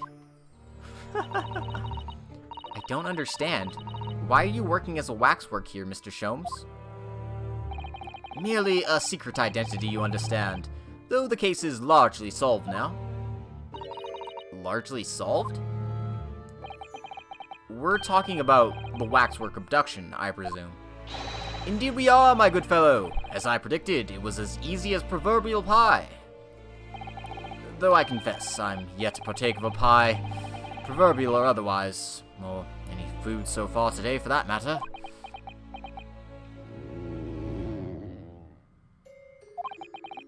That stomach rumble echoed around the whole museum. So, how did you manage to solve it so quickly? Ah, well, do you remember I said it was largely solved? Anyway, I simply negotiated with the culprit. Are you familiar with the so-called telephone? Oh yes, it's a most modern invention, allowing you to hold a conversation with people far away. In Japan, only the imperial capital and a handful of other cities are connected as yet. This morning, a telephone call was received here from the perpetrator of the abduction. As such, I was able to negotiate terms, and in the end, the waxwork was returned. That's amazing. Just between you and I, it would appear the culprit had always intended to return the stolen waxwork in any event. Oh, but I thought whoever was responsible had demanded a ransom, no? Yes, I think perhaps the ransom demand was necessary to avoid unwanted suspicion regarding the true motive. But does that not mean your negotiating was entirely unnecessary? A fact that I must ask you to keep from Madame Two Spells at all costs. A hungry young Iris awaits my return to Baker Street, after all. Poor Iris. Now then, do I sense that you have some business with this great waxwork?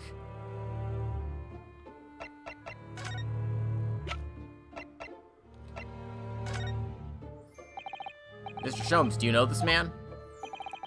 As you will see, I'm rather busy at the moment. If it's advice you seek, come to my office tomorrow and I shall be happy to help you. Shall we say, 3 per item is a consultation fee. That's 2 hours of gas, that is. That's cute. We're in the process of trying to track somebody down. Oh? Forgive me, Sawtop. Mind if you ask a cold still question? Sure, go ahead. I don't mind at all. Yes, a man by the name of Enoch Drebber. He's the swindler who duped Professor Harebrain and the engineer who built the kinesis machine. A swindler and an engineer. Quite the modern man. He also seems to be a conjurer of sorts, too, with considerable knowledge of stage magic. We really need to locate him before the trial resumes tomorrow morning. But we have so few clues to go on, that's the trouble. Do you have any good ideas? I have no data yet. It is a capital mistake to have good ideas before one has data. If I knew something of the man's appearance, at least, I may be in a better position to help. Yes, Drebber's appearance. Fortunately for you, however, presently I have little to occupy myself and little to fill my stomach. As soon as you find any clue, no matter how small, I should gladly give you my thoughts on it. Okay, now I can present the photo? Clearly I had the right idea, I was just doing it out of order. Would you cast your eyes over this photographic print? It's of Mr. Enoch Drebber, the face of the engineer we seek. Well, all Englishmen look broadly the same, of course. So looking at the photograph won't be particularly instructive. Are you alright, Mr. Sholmes? Ah, yes, forgive me. Very interesting, this. Very interesting indeed. What's wrong, Mr. Sholmes? You've turned quite pale all of a sudden. Do you think the final bond events alluded to something rather, sexual? Honestly, I think I do. I think they were. Like, for most cases, there was some implied nookie. Definitely with Elisa's event. I'm certain with Emma's and others as well. But if you go to the hot springs after, in the finale chapter, you will have a scene with them in the hot springs, and they're blushing and looking at each other awkwardly, and it very much implies that they did the deed. So yeah, it is the same for all the girls. So I don't know if that was just like they were lazy with programming, or if that was their intended outcome. In any case, they I'm going to assume that they did the nookie. Damn it, I need to see this.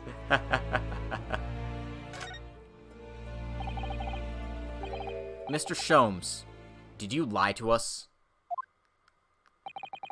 My dear Mr. Naruhodo, stay that piercing stare. What is this about? Last winter, when we were first on our way to Britain aboard the steamship, your words were very clear. So then, let us unravel this mystery and discover what events led to this curious murder. You told us that it was murder, and you examined Kazuma-sama's body. Indeed, and wherein lies the problem? We met him earlier today. The victim, Kazuma Asogi.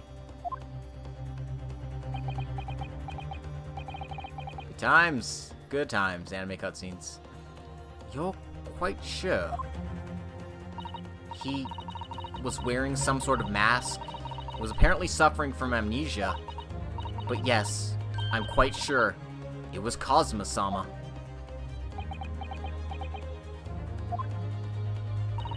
You must have known at the time, Mr. Sholmes, that he wasn't actually dead.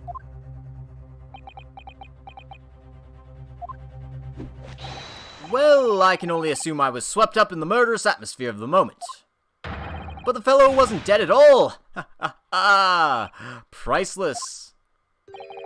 I don't suppose that performance would pass muster, would it, Mr. Naruhodo? I could believe that the crewman present at the time made a mistake. But not you, Mr. Sholmes.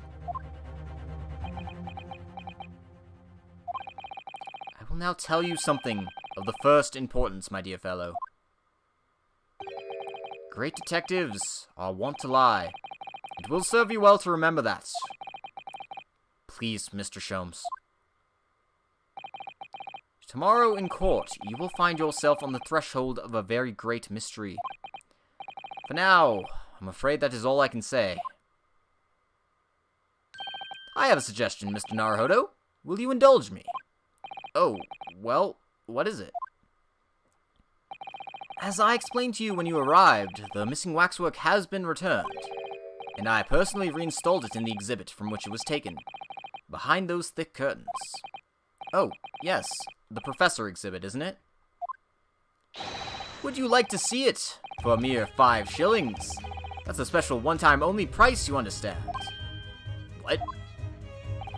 The opportunity won't come again, I might add. Would you like to see the fruits of my labor? Oh, well, we do have a rather pressing investigation to carry out. Perhaps we could postpone? The price is a very reasonable 5 shillings. I think you'll find it's well worth it. Are you being quite serious, Mr. Sholmes? Surely you need only look at my expression to ascertain if this is seriousness or silliness. I can never tell with you, that's the point. Very well, it couldn't hurt. Here's your 5 shillings. Gratefully received. So, the special exhibit awaits behind the curtain. I invite you to peruse it at your leisure. Let us see inside.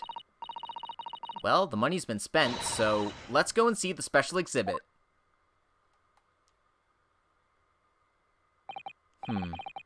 Through those heavy curtains at last.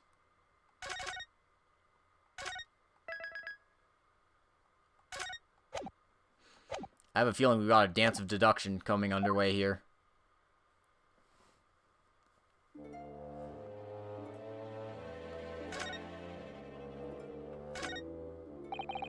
5 shillings we've had to pay.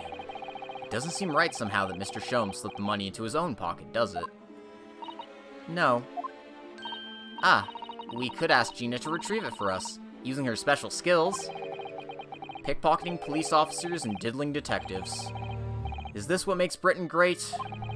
Not to mention demigod prosecutors taking the law into their own hands or chip-loving inspectors. Inspector Gregson comes off rather well in that list, I think.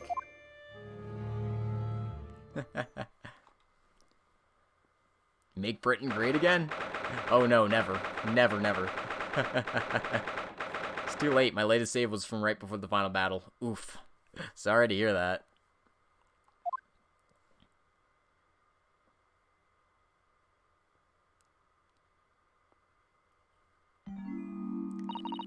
Oh dear. I felt a shiver run down my spine as soon as we walked in here. Miss Susato? I say we turn on our heels and go straight home, via a really big confectionery. We? We certainly can't do that. We paid 5 shillings already. True. Actually, now I'm looking a little more closely. We've paid good money to see an exhibit that's clearly incomplete. The nerve of the great diddling detective is far more terrifying than anything else in this place. This must be what Mr. Shomes meant when he said the case was largely solved. Be that as it may, Mr. Shomes heavily implied there'd be a clue about the engineer in here, didn't he? But where? Since we paid 5 shillings, let's do 5 shillings worth of investigation, shall we? Yes, we will get what we paid for. Is that fear or frustration that's making Susato-san's voice tremble?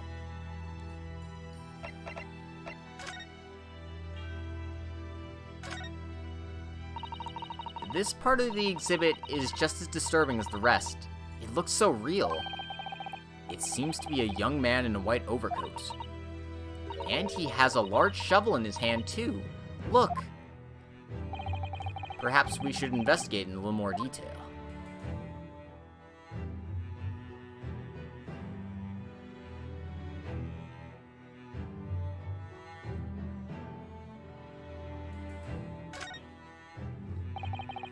What's this here? Well, this would appear to be a lens in the middle, so I believe it's probably a camera. A camera, but it's so small. British technology is incredible, isn't it? I mean, what about Mr. Shomes' skin prints? I think perhaps you should treat Mr. Shomes' inventions as exceptions to the rule. But anyway, why would the man be in a graveyard at night with a camera? I wonder. Perhaps he was trying to capture the moment a dead body came back as a ghost on film. We'll just borrow this for a little while, I think. By looking at the photographic plate inside the camera, we can see what picture was taken. What's a photographic plate? It's a piece of glass coated in a special emulsion that reacts to the light coming in through the lens. If we open the cover at the back of the camera, we should find it. Let's have a look. You should see yourself, Susato-san. Your eyes are shining. You really do like machinery, don't you? Well, we got more things to find on this person at first, I think. Like this lantern. That's quite a large lamp the man's carrying. Or is it a lantern? It's not unlike a Japanese chochin paper lantern, actually, is it? Lamp, lantern, chochin. The point is, it casts very little light. To be walking alone in a graveyard at night with only this... Well, I certainly couldn't do it. I'm not sure I could visit the graveyard at all, even in broad daylight, to be honest.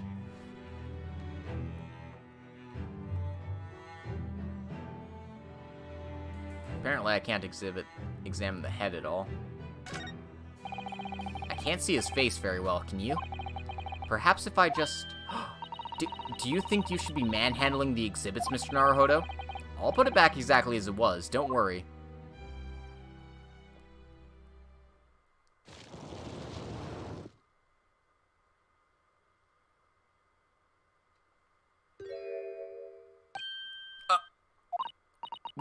What on earth?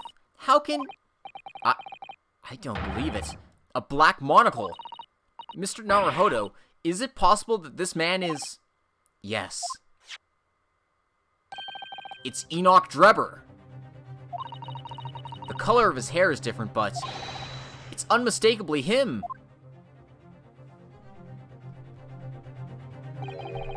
Indeed it is. Mr. Sholmes. This man is the subject of your present hunt, I believe.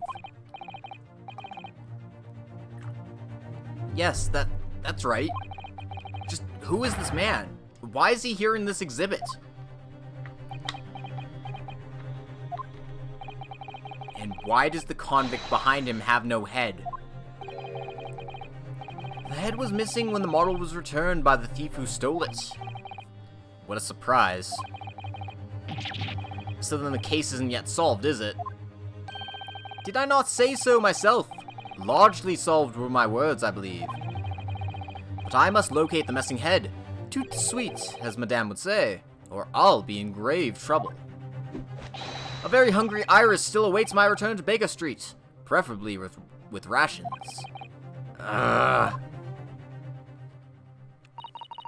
Do you know, though? Something about this room is strange. Strange? What do you mean? Well, the displays in the House of Horrors are supposed to depict real events, are they not? Indeed they are, Miss Usoto. Do go on. And, as terrifying as they are, the scenes in the other exhibits are believable. But this one... This surely couldn't ever really have happened, could it?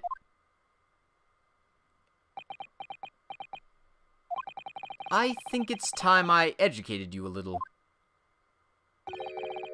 About the nature of the incidents involving the professor 10 years ago.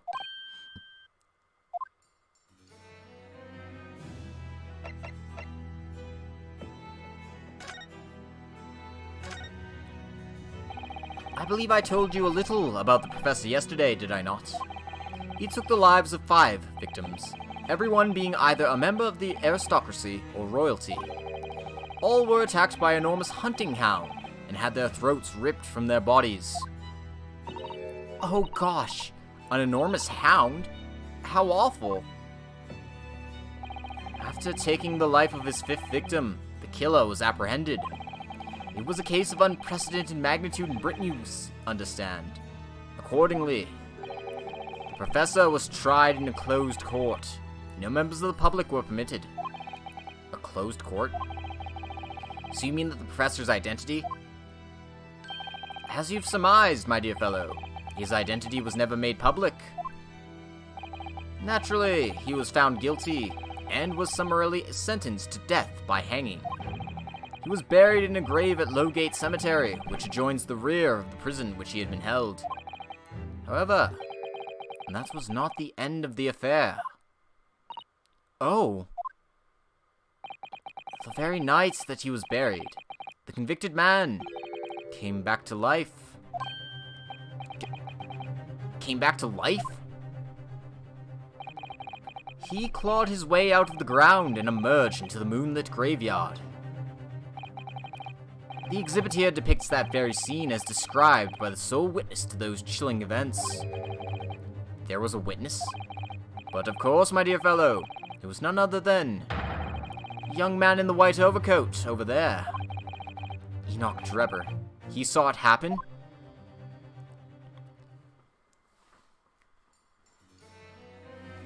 Interesting. So what do these two cases have in common? Other than, you know, the fact that Enoch Drebber's involved. There's gotta be a deeper connection than that, right? So, this is a waxwork model of Enoch Drebber? 10 years ago, the convicted professor, having been gibbeted and buried, emerged from his grave in the dead of night. The sole witness to that unimaginable scene was this young man. From appearances, I would say he was about 20 years old. It's so horrifying. Scared out of his wits, the young Drebber ran to a nearby police station to report the incident. And the sheer terror of what he'd seen is said to have turned his hair white overnight. Yes, as shown in the photograph we have of him, his hair is completely white. For the following few days, the story of what he had seen was on every front page in the capital.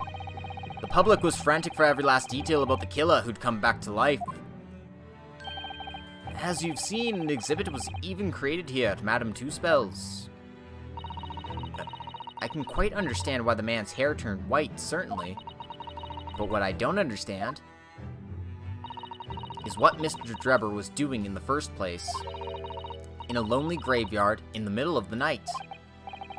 Yes, what was he up to?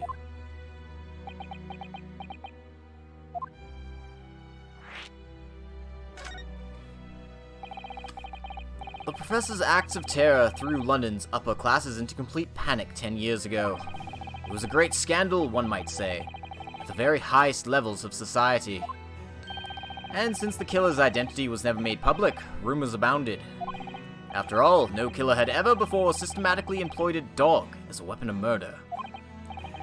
Yes, I can imagine the impact the case must have had. But in time, of course, the rumors abated. So too did talk of the shocking witness account of the convict who'd come back to life. It was forgotten, dismissed as a dubious ghost story, as a preposterous parlor tale. But why did people stop believing in it? Why, simply because there was no resurrection to speak of. As was established, in fact. What do you mean by no resurrection? The police investigated the grave in Lowgate Cemetery and published their findings. The convict's body was found to be buried exactly where it had been following the execution. No! But that would mean Mr. Drebber must have lied to the police and the newspapers. That would appear to be the only logical explanation, yes. The young man subsequently vanished from society and nothing has been heard of him since. It's rather striking, then, that he should resurface now, don't you think? Of course, the convicted murderer couldn't really have come back to life. That's not possible. But Drebber's hair is unusually white. If that really did happen overnight as a result of shock, it's hard to believe the incident was an out-and-out lie.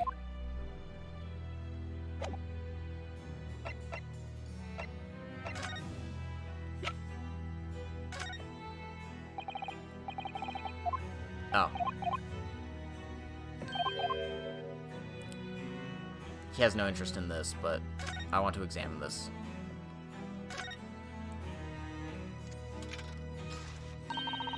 What a wonderful machine! You really love contraptions like this, don't you? Oh yes, anything mechanical I find absolutely irresistible. Almost irresistible, surely. Well, whenever I see a pocket watch, for example, I can't help myself. I simply have to take it apart. That's worrying. Yes, Father tells the time by the rumblings of his stomach now. He's given up having a watch. Poor Professor Mikotoba. Look, Mr. Naruhodo. What is it? On the bellows just here. There seems to be some very dark red stains. Yes, you're right. It looks like blood, actually. Oh my! I'm sure it's not what you're thinking.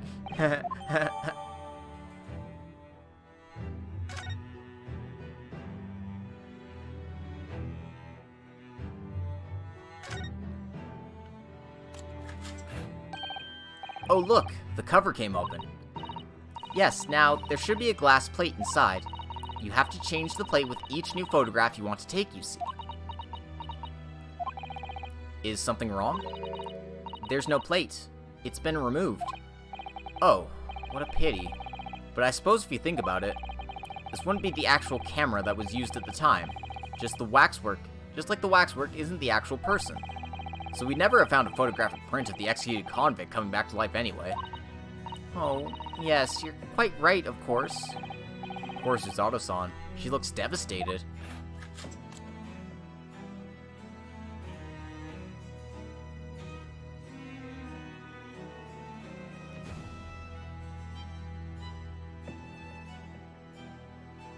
I guess that's all I can see from this.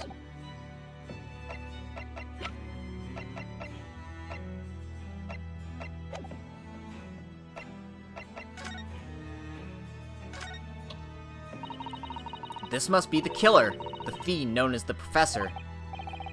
Yes, I think so. According to what Madame Two-Spells said, he killed 5 victims, all of noble or royal blood. The waxwork is so lifelike, isn't it? Like all the models in this place. I know. It looks like it could start moving at any moment, doesn't it? If only it had a head, that is. Perhaps we should examine it in a little more detail.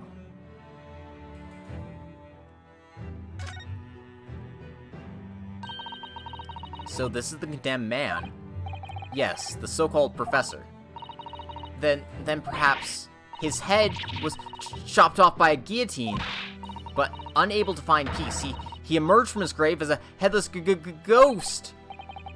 Do we have to entertain such terrifying ideas, Miss Usato? Anyway, I'm sure the model had a head once. There's a metal fitting for it, see? Then perhaps Mr. Sholmes absent-mindedly forgot to reattach it. That's an extremely absent-minded detective you're describing, isn't it?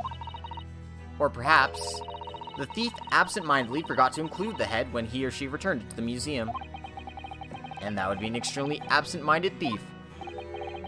Could there have been some reason why only the head wasn't returned?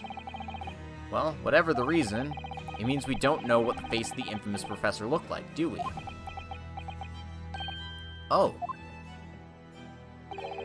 There's something caught just inside the convict's jacket here. It looks like a piece of broken glass. And quite a big piece, too. It's very thick, isn't it? About 5 times thicker than normal window glazing, I'd say. Where could such a thick piece of glass have come from, I wonder? I suppose it must have been made thick to increase its strength. But why?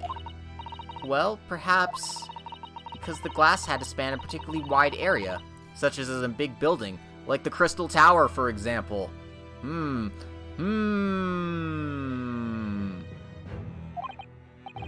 Ah, well, we've seen a large glass building recently, haven't we?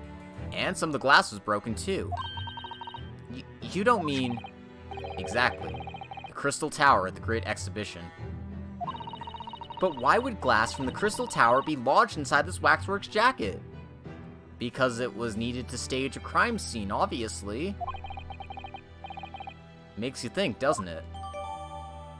Yes, it does. Okay, that's a clue. Earlier in court, we established that the kinesis experiment was a trick. And now we discover this fragment of glass here in this waxwork. Is it just a coincidence? Because we needed the actual dead body, which appeared where it did, and we needed the fake. And then this would be the fake body, which Enoch Drebber took for himself. I see where they're going with this. Ah! What the blade Nora Odo? What are you going and done? Gina, what are you doing here? I asked Iris, and she said this is where you'd be, so... Gina! Not so loud in the museum. Madame Two-Spells will have you take a position as a waxwork if you're not careful. I think there might be a more pressing concern. I still had some flash powder left from 6 months ago, so... Alright, Gina, we understand, but please, put down the gun! Gina, what are you doing? Sorry, I got scared. You should try being the one on the other end of the barrel. So, what brings you here, Gina? What brings me here? What'd you think? We found it! We found that dodgy Cub's workshop! What? You found Drebber's workshop? Yup. Dobie's nose took me straight there. The boss and the others are heading over there now in a drag, so come on! Here's the address. I got the boss to write it out. Oh, thank you, Gina. We'll make our way there at once. Alright then. See you there.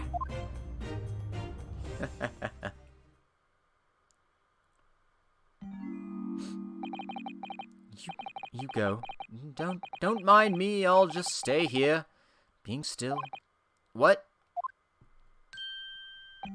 I know my place in the exhibit over there.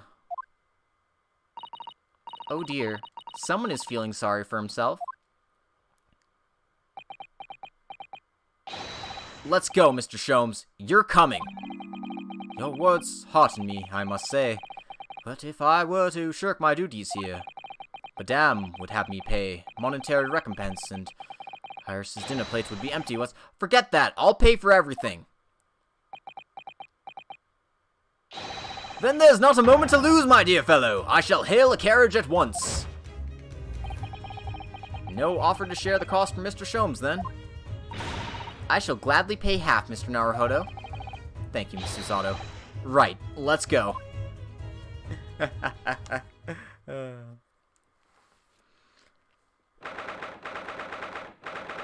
23rd of October, Enoch Drebber's workshop.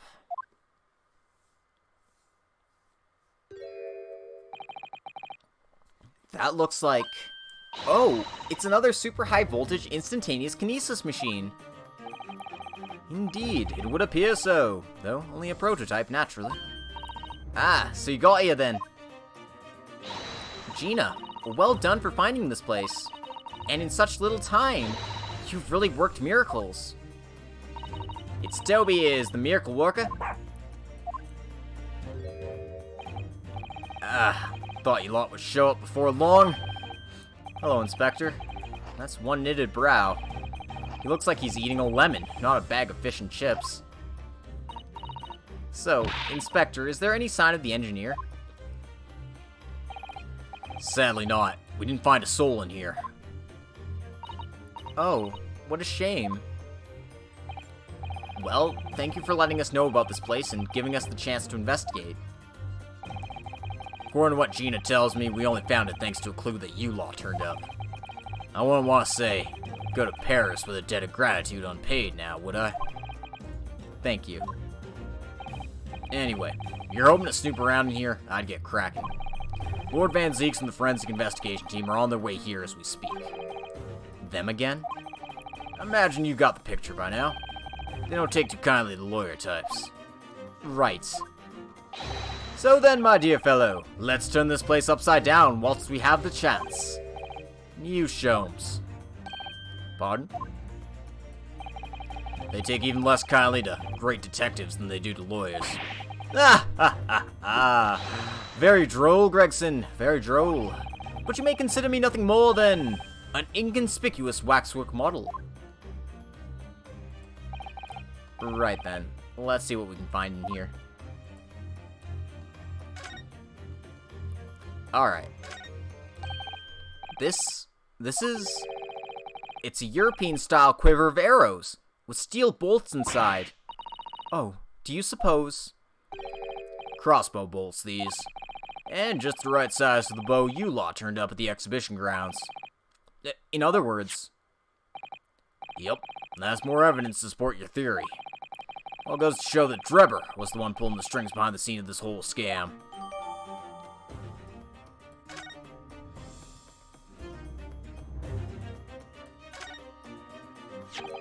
Ah, this appears to be a most interesting... Yes, most interesting indeed. Well, it's an impressive-looking back massager, that's for sure. Naruhodo, what the hell, man? I've no doubt that if you hit your shoulders a few times with that, your aches and pains would soon go away. It's a Royal Society trophy for excellence in science. A young scientist could wish for no higher honor. Oh. Would you like a massage? No, I'm fine. Thank you. I had no idea it was such a grand thing. I think it's becoming increasingly clear that there's much more to this Mr. Enoch Drebber than conjuring tricks. I couldn't agree more, my dear madame. And how about you, Mr. Naruhodo? Wouldn't you like to take it with you? For your tired shoulders, of course. He's not gonna let that go, is he? It's curious, though, isn't it? You would expect such an important trophy to be proudly on display somewhere, not haphazardly cast aside. English gentlemen can be quite a mystery at times. Interesting.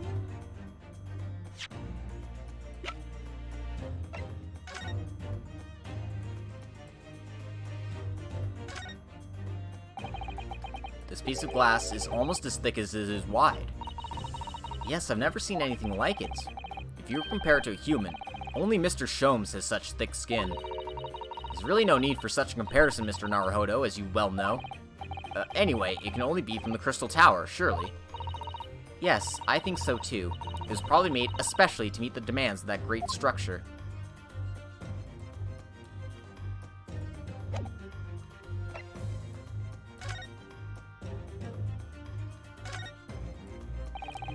There's a little metal plaque here, look. Fostering burgeoning talent for the future of scientific discovery. It seems rather ironic, doesn't it? But clearly Mr. Drebber really was a very talented scientist.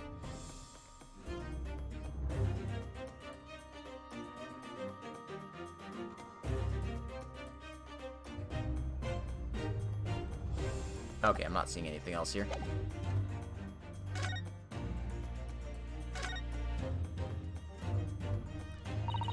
I'm sorry, Mr. Naruhodo. That machine's covered by the Special Dispensation for Scientific Equipment Act. There would be serious repercussions if you were to examine it, from the Crown and the government.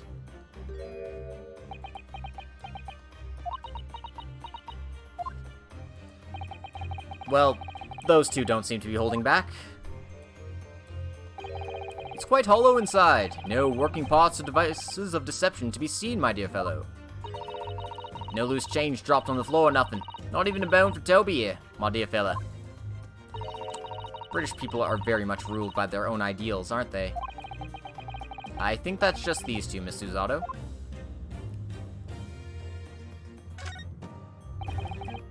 This door doesn't want to open. Yeah, looks like it's got a pretty hefty lock on it. There's a specialist locksmith on his way over from the yard, so hands off till it gets here. With permission, Inspector, I could have that lock open in less than a minute. Well, you don't have permission, and no one's giving it to you. Gregson looked as though he really enjoyed that. Hi, it's the lock-picking lawyer here with... No, I'm kidding. Well, there's no sound of anybody on the other side. No, Drebber must have fled at the first sign of danger. What? Oh. Is something wrong, Miss Susato? Well, I thought I heard a noise. From the far side of that door. Well, Gina? Did you hear it too? Yeah, I heard, no. What'd you reckon, Toby? Right, mind the grease. Whoever's in there, open up. This is Scotland Yard.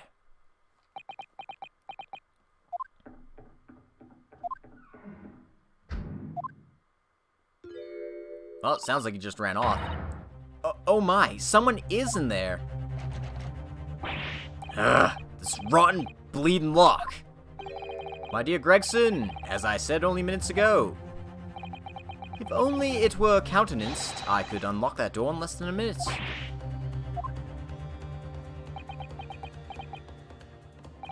Fine, I'll take the rap for it. Just get us through that blasted door. There! You may enter at will. You've confused minutes with seconds, I think. Time is of the essence, I feel. What are we waiting for? Nothing for it, I suppose. This is an emergency. There's a strong possibility that beyond that door is the engineer you all seek. Be prepared for action, my dear fellow. Yes.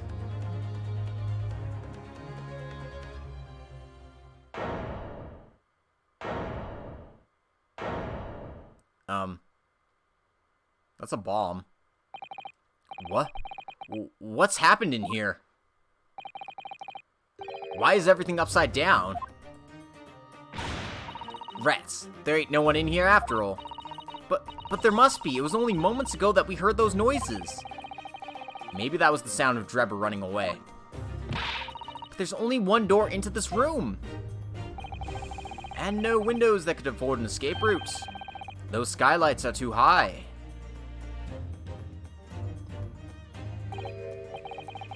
What's that up there? Are they footprints? On the ceiling? Blow me! What have we here then? Guys. More pressing matters. Looks like someone's trying to burn something in a hurry. Oh, that looks like a set of blueprints. To what? That Professor Hairbrain's barn machine, is it? Blimey! If we had these, there'd been no need to muck about trying to investigate all that scrap metal. There is something of great interest here, too. This rope was lying on the floor at the foot of that pillar. A rope? What's significant about that? Never mind. You see, but you do not observe, Mr. Naruhodo. We must investigate the entire room thoroughly, and before the forensic investigation team arrives too.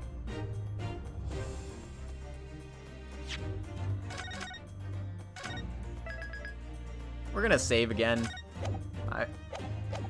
It's kind of a more pressing matter here. There's a bomb here, guys. Mr. Sholmes, have you found something? Ah, Mr. Naruhodo. Yes, in point of fact, something rather fascinating.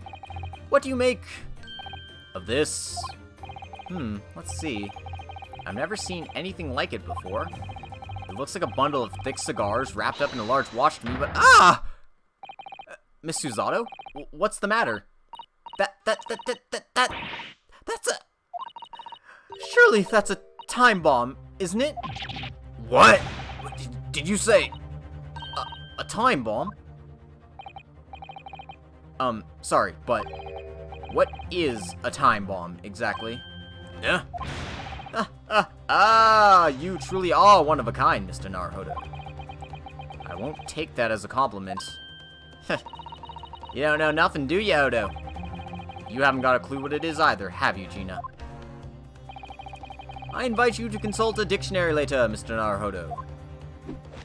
But this particular specimen is no time bomb, though I confess it has a very similar appearance. Oh, well, thank goodness, but then what is it? I see. So that's it. Goodness, Mr. Sholmes, have you seen to the heart of the matter? There are times when I consider my lot most unfair, for I'm fated to never know how it feels to flounder as you do when a puzzle presents itself. But I have learnt to accept the hardships that come with being a great detective, Miss Susato. Here we go. I feel a great deduction coming. Once again, I can draw two conclusions from the scene we see before us. The first is that the inverted nature of the furniture in this room is the work of Treba himself. Oh, but how could you... And the second conclusion is that the small device on the floor there is without question completely genuine. Please, Mr. Sholmes, you must explain everything. It would be a pleasure. After all, it is a great detective's civic duty to teach Scotland Yard the finer points of the trade. Well, Inspector Gregson seems delighted with the idea anyway. Oh, you deflected the inspector's glare with such fortitude there, Mr. Sholmes. Well done. You're too kind, my dear madame. I hereby dedicate this great deduction to you. Kindly stand just there, Miss Susato. Oh? Yes, I'd be delighted. So, shall we begin? Once again, Herlock Sholmes is proud to present his Logic and Reasoning Spectacular. Get ready for one of the coolest dance of deductions. Wait, well, if this thing is the genuine article, what are we doing dancing around here? It's plain to see that this room is in complete disarray. The bed, the table and chairs, the lamp, everything is upside down. Almost as if every item in the room had, until recently, been happily positioned on the ceiling, before falling straight down onto the floor. Every item in the room was on the ceiling? Are you suggesting that... Indeed, the key here is gravity. It would appear that technology has at last succeeded in freeing us from the great pull of the Earth. Okay, this is cool. For but the gravity in this room was reversed and then, suddenly, restored to normalcy. Goodness! The inverted furniture clearly reveals the truth about the part gravity played in this whole business. I quite understand your skepticism, Miss Susato. I too was incredulous at first. However, my conviction in my analysis was cemented when I observed this. An anti-gravity device, almost identical to one that featured in a dream of mine only the other day in fact. But then why does it have a clock on it? A most relevant question indeed. That is a timing device that controls when the gravity direction will switch. There was clearly a requirement for the engineer to be able to restore normal gravity automatically. And the commotion we heard earlier from the other side of the door was the moment that restoration occurred. Yes, the reason why everything in here has been turned upside down is because of the anti-gravity device. So you see, we need look no further to explain the state in which we now find this room.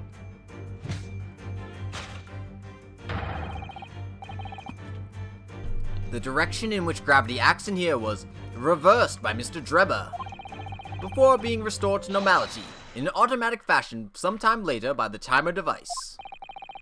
I have witnessed precisely the scene in a dream I once had when I fell out of bed. Oh my god. I always love these. These are so great. A more relevant question is, why does it have sticks of dynamite on it? Yes, I feel like that's the more pressing question, and we really shouldn't be screwing around here. But still, I can't help but love it.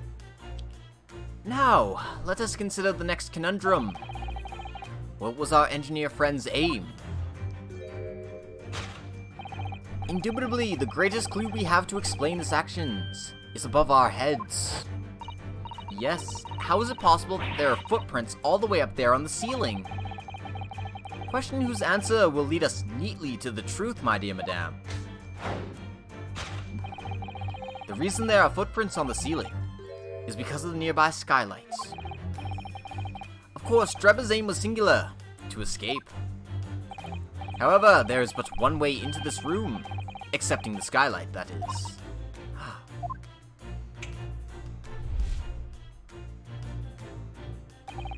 By inverting the gravity in here, Drebber was able to fall conveniently to the ceiling, and make his escape via the otherwise inaccessible skylight, leaving those footprints behind on the way. But the ceiling in here is very high, Mr. Sholmes. If the gravity reversal was sudden, wouldn't Mr. Drebber have fallen up to the ceiling rather violently? Falling up is both scientifically and philosophically a rather interesting concept, I feel. But the man who was cornered with nowhere to run, so escape through the skylight was his only option.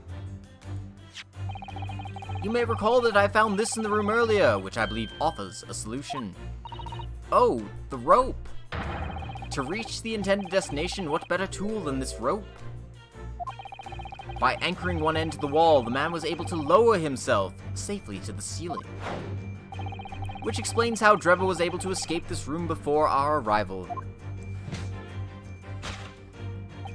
He reversed the pull of gravity and fled via the skylight.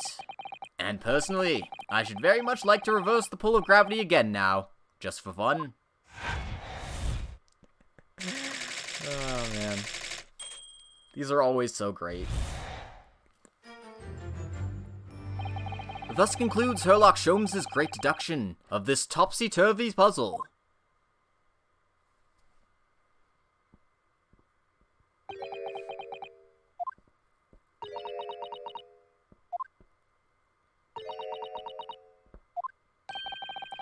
She's completely spellbound.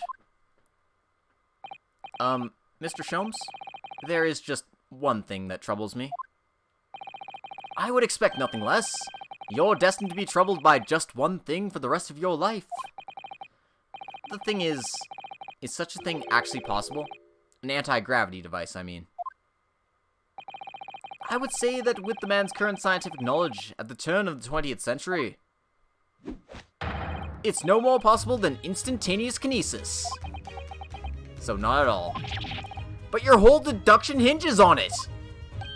Ah, but my dear fellow, when you have eliminated the impossible, whatever remains must be the truth. However improbable it may seem. It's a marvelous line, wouldn't you agree? One of my more enduring pearls of wisdom. I had Iris come up with the exact phrasing. My original was clumsy. Yes, I have a feeling I've read it in something that Miss Uzato lent me once. Objection! Actually, there is one other thing, Mr. Sholmes. Ah, the spell's broken at last. The rope you found was on the floor, wasn't it? Indeed it was, in lonely coils near the wall. But if Mr. Drebber had used it to escape in the way you described, wouldn't it still be tied to the wall?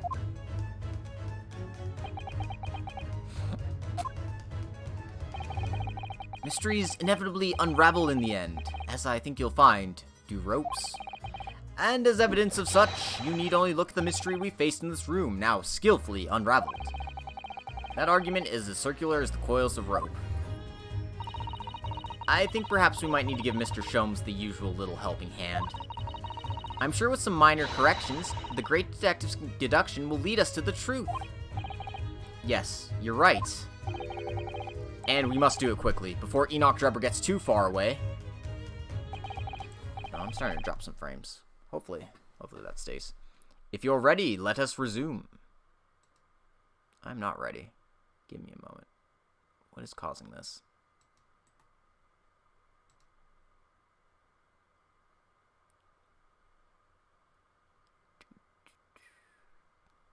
Okay. Sherlock Sholmes' logic and reasoning spectacular.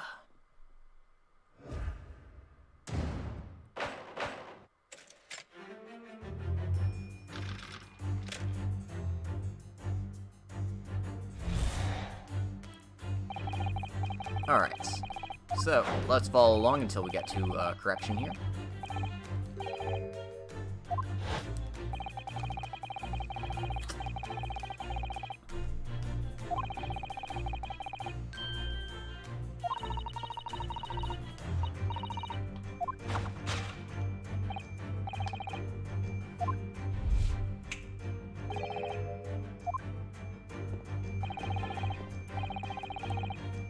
Alright.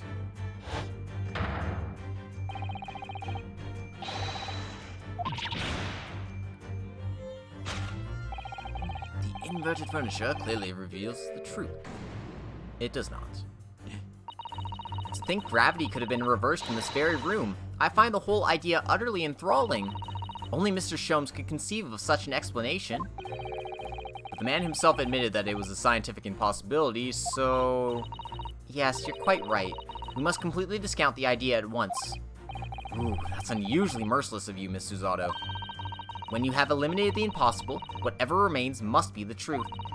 The great detective himself said so, didn't he? While refusing to part with his dreams of anti-gravity devices. Yes, I suppose so. Well, let's see if examining this topsy-turvy scene a little more closely reveals some proof that shows exactly what the gravity in this room was or wasn't doing.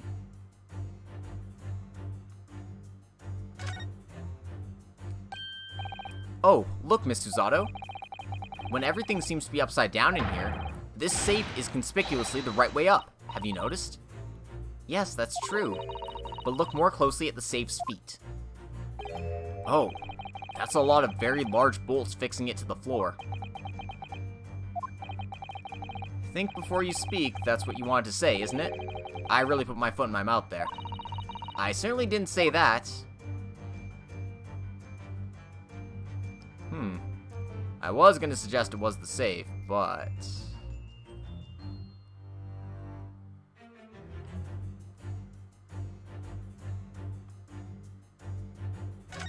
Ah. Well, I wasn't expecting to find a pretty bunch of flowers in here, that's for sure. Look at that. I know, that slender little vase looks like it's about to topple at any moment, but the flowers are thriving. Somehow it makes you think of the fragility of life, wouldn't you say? To be honest, Mr. Naruhodo, something else about it made a rather deeper impression on me. Take that!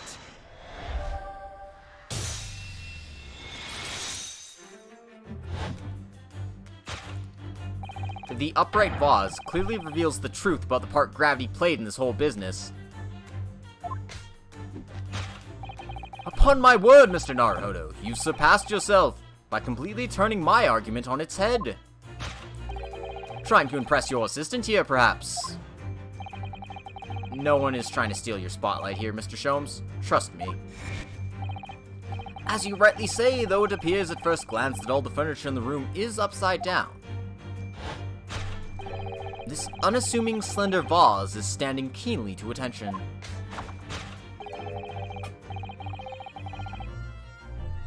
And unlike the large safe, there's nothing affixing it to the floor. And it's the exception that breaks the rule. In short, much as it pains me, the gravity in this room was never inverted at all! My deepest sympathies for your loss. Oh, poor Mr. Sholmes. I love how the dance and deduction music just ends there for a second. But the show must go on. So, let us continue with our deductions. Now that we know that this contrivance is not in fact an anti-gravity device, there remains but one other possibility. You don't say. Someone deliberately turned over every piece of furniture in here. Which might sound obvious, but leaves one mystery very much unsolved. Namely, why would anyone choose to do that? Quite. And naturally, there is an explanation. Yes, the reason why everything here has been turned upside down is because of the anti-gravity device.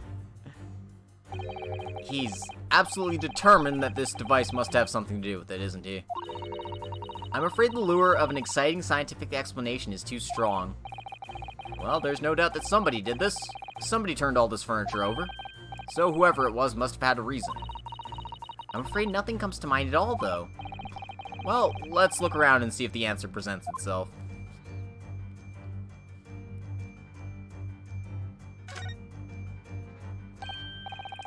Look, there's something written on the underside of this armchair. Oh, yes. Safe. 432582. Safe. As in safe and secure? As in secure, lockable box, I think. Admittedly, more likely. Well, there is a large safe bolted to the floor on the other side of the room, so yes. Holy crap, I'm dropping frames like crazy. Internet, what are you doing? I don't have anything running that would cause this.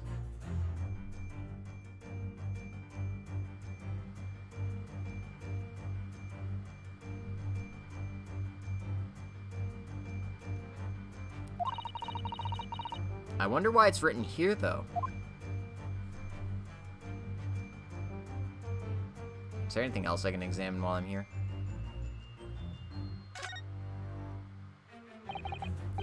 Oh, yep. Internet's out to get me, I swear. That's a coal-burning heater, I think, isn't it?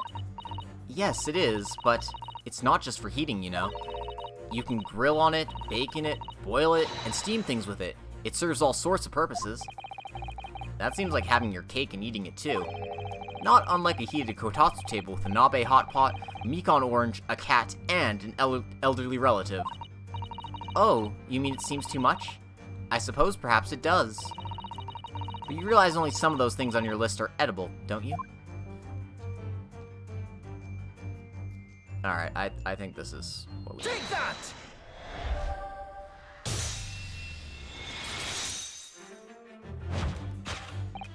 Yes, the reason why everything in here has been turned upside down is because of the safe combination. Precisely, I believe, Mr. Naruhodo, that you had a very similar experience once, did you not? Yes, last year, when I bought a lottery ticket, I noted the ticket number down on the inside cover of a book, just in case. That's it, for people are forgetful souls at heart and always make a written note of important information. Just keeping the ticket itself safe would be more sensible, I think. And what, pray, happened next, Mr. Naruhodo? When the day of the draw came round, I'd forgotten which book I'd written the number in, and had to turn my room upside down to find it. That's it! Poor people are forgetful souls at heart, and always forget where they've noted things down. Not if you always note things in the same place. I actually won the second prize, you know. but I couldn't remember which magazine I'd slipped the ticket into, so I had to turn my room. I was like, thank you, Mr. Naruhodo, but I believe I've proved my point now. Which is that a very similar scenario has clearly unfolded in this room.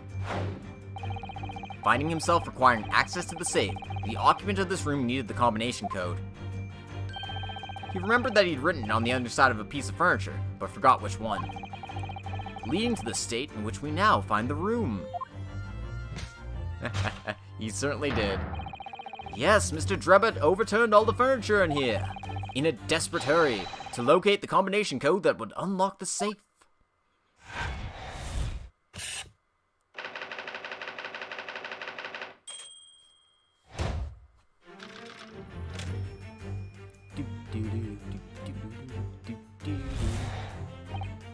Now, let us consider the next conundrum. After I save.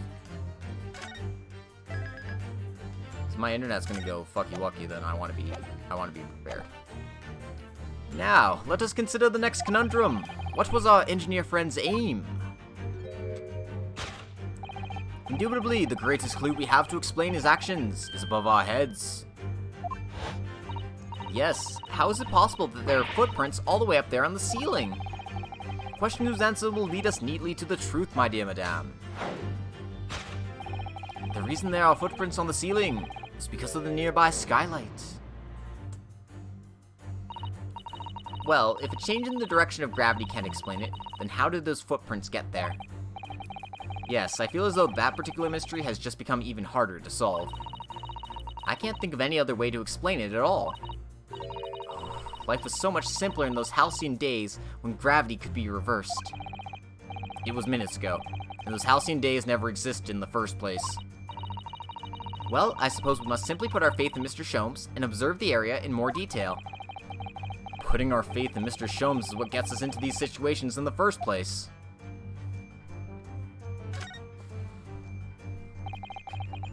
This is a gas balloon, isn't it? It's tiny, but it does seem to be a real balloon. Yes, I think you're right. I think it's helium that's keeping it up. A green gas balloon. Why does that seem to ring a bell with me? If you can see, there are footprints on this balloon, too. Look.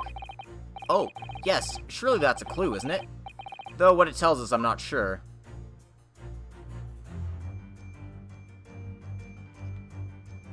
Is there anything else I can observe? It's hard to believe, but there's a shoe up there, look! Oh yes, and there are more footprints on this little balloon, too. Perhaps the shoe was thrown up there and became lodged, do you think? If so, then judging from the number of footprints, it must have been thrown up several times. Why would anyone be throwing shoes up at the ceiling, though? Oh dear, that's beyond me, I'm afraid. Take that!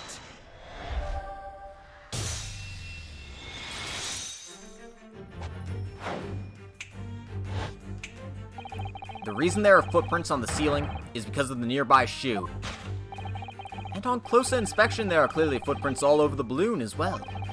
In other words, the aim was never the skylight at all, but the balloon. But for what purpose? A green balloon. That seems somewhat familiar data. Oh! It was a piece of a green balloon's envelope that Mr. Naruhodo and Iris found at the scene. And inside the green balloon that Master Gotts claimed he saw above the stage when the incident occurred was the second birdcage, the crux of the whole instantaneous kinesis deception. You mean to say, if we assume the balloon here is a model of the one used on that day, there's a strong possibility something may be concealed inside it. Something our absconder was desperate to retrieve before making a hasty getaway. But the balloon's out of reach. Hence why he resorted to a projectile, namely, the shoe. Oh. Most probably, Dreba intended to tear a hole in the envelope by assailing it with the shoe. However, his efforts were thwarted when the shoe itself became a prisoner of those lofty heights. Oh dear, we desperately need to examine that balloon. If only there were some way we could see inside. You may recall that I found this in the room earlier, which I believe offers a solution. Oh, the rope. To reach the intended destination, what better tool than this rope? Mr. Sholmes has managed to bring the deduction back to the rope. Alright, I have to admit, that was clever. So, we just throw the rope up to the balloon, and then pull it down to us on the ground? Which is much easier said than done, I feel. And could take us a very long time as well. True. Perhaps we need a more surefire method. In fact, we already have one, of course, don't we?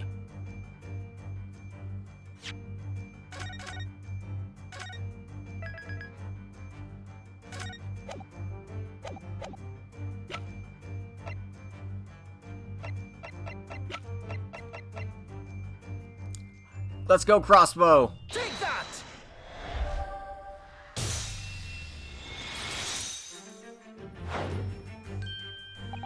To reach the intended destination, what better tool than this crossbow? That was found at the scene, in fact.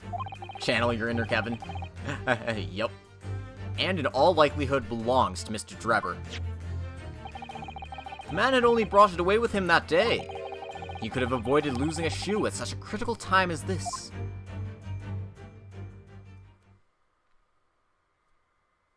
So, shall we? Your curiosity is deeply stirred, no doubt, my dear fellows. What is it that Enoch Drebber has hidden inside that balloon?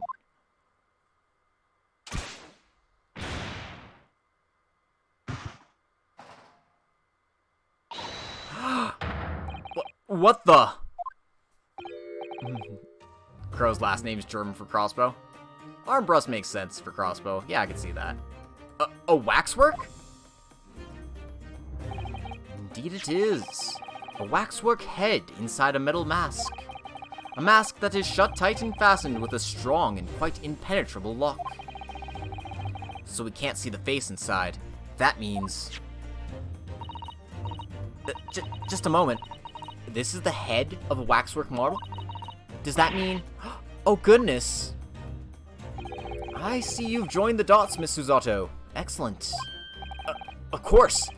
A headless waxwork model. The case of the abducted Madame Two-Spell's model that you largely solved. It was only the head of the killer that was still missing. Indeed it was. But I believe Madame Two-Spells will now have to settle her sizable account with me.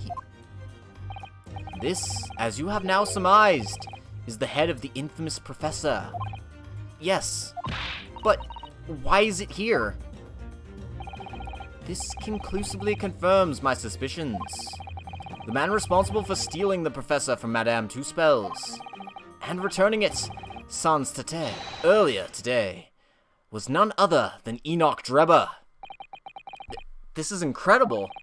Professor Harebrain's case and the waxwork abduction they're inextricably linked by Enoch Drebber's workshop.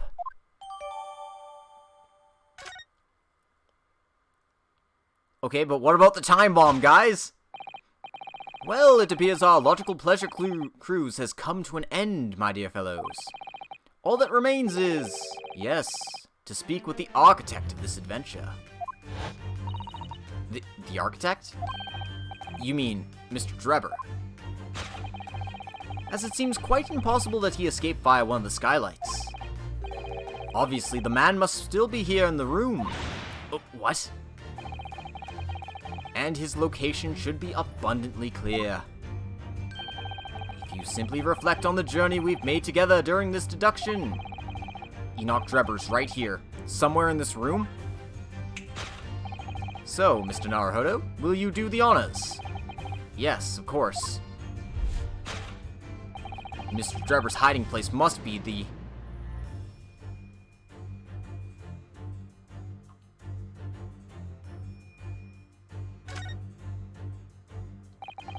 Look at all that mess in front of the safe.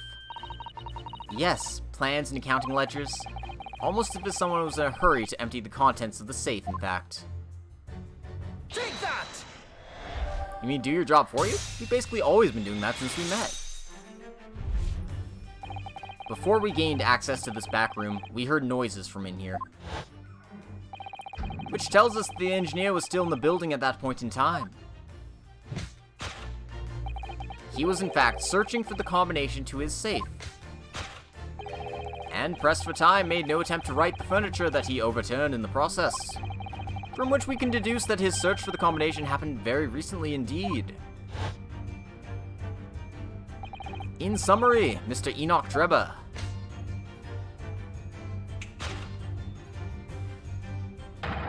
is, at this very moment, inside the safe. Thus concludes Sherlock Sholmes' great deduction of this topsy-turvy puzzle.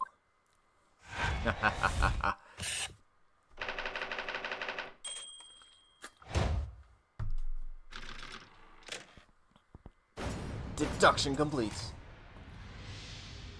Elementary, my dear Watson.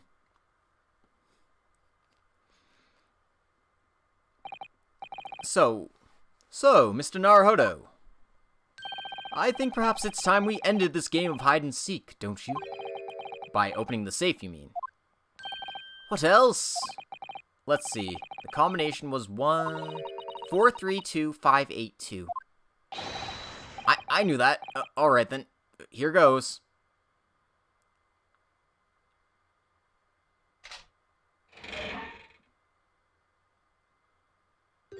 Found you. You found me.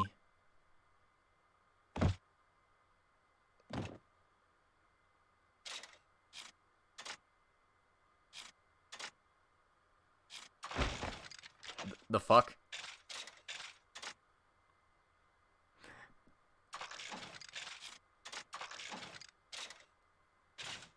Damn, dude's got moves. Damn, dude's got a theme song, too. Right then, sir. Mr. Enoch Drebber, I presume? Correct. Better start talking. You tricked Professor Hairbrain with that bogus machine you built. And you shall have to explain the theft of the waxwork from Madame Two-Spells as well. Whilst I would be delighted to answer your many questions. Personally, I would advise that you deactivate my little parcel first. Deactivate? Your parcel? I refer, of course, to the time bomb. I left it in a most prominent position. Ha, ha, ha. I see. Stunned. Silence. You're all gearing up to die with me, then. No!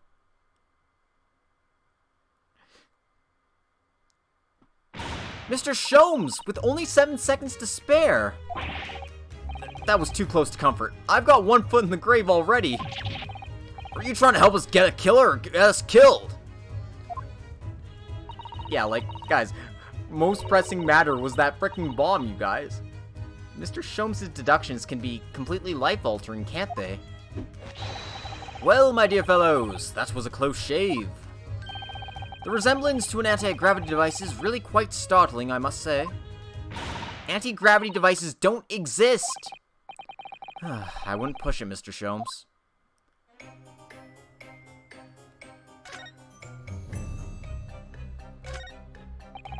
I still can't believe we were nearly blown up. What was that sideways glance in aid of, Mr. Naruhodo?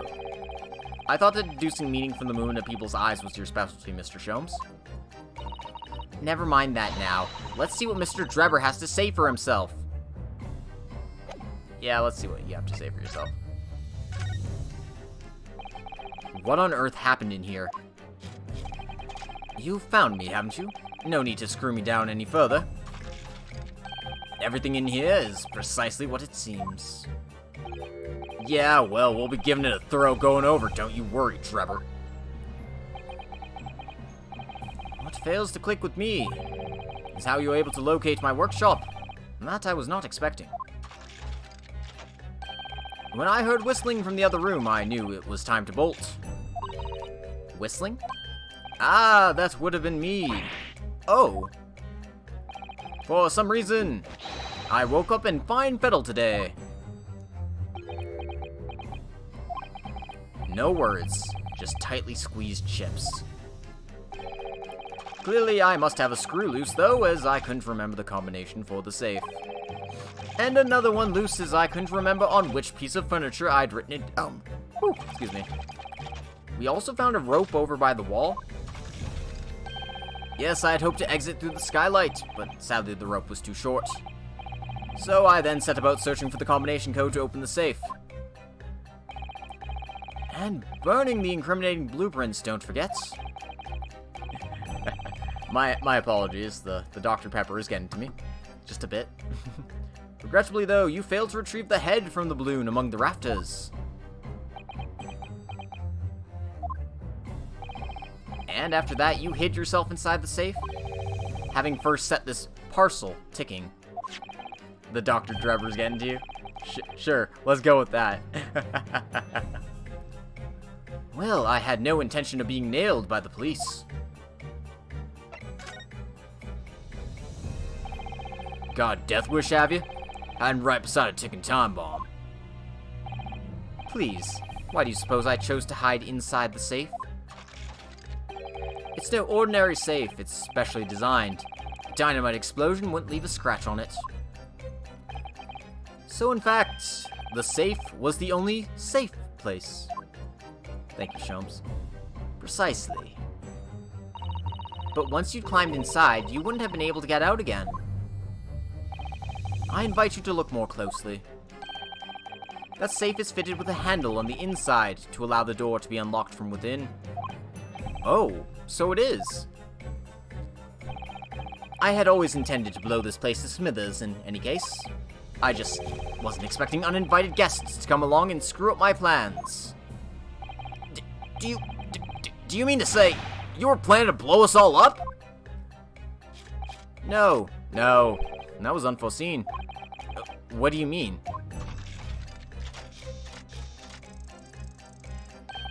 Most people run, you see, when they see a ticking time bomb at their feet. Oh. I calculated the time required for retreat to a safe distance and set the device accordingly. But your seemingly endless discourse in here threw a spanner in the works. Oh, the side eye. Is something wrong, Gregson? Do I have something on my face, besides the usual eyes, ears, nose, and mouth?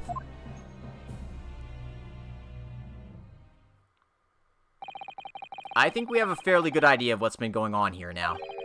But what about the two incidents you've evidently been involved in recently?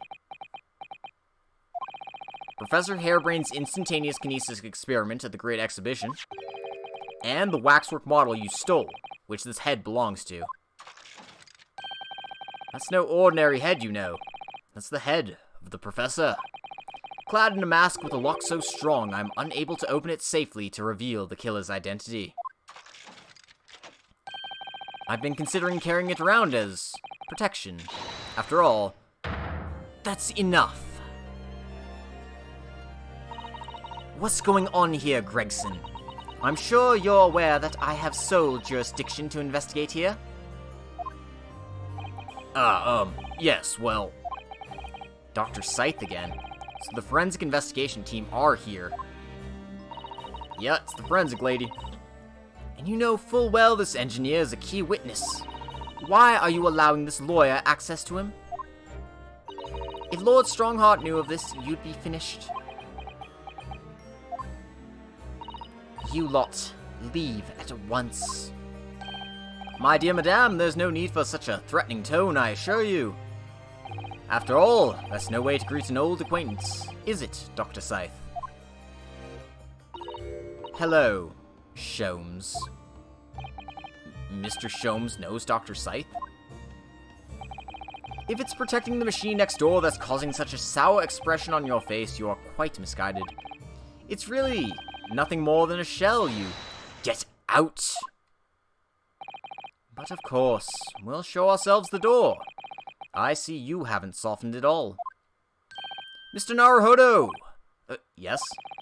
It would appear that our delightfully entertaining investigations have run their course for today. But Mr. Sholmes, let us leave this place in the doctor's capable hands. I said, get out, now, all of you.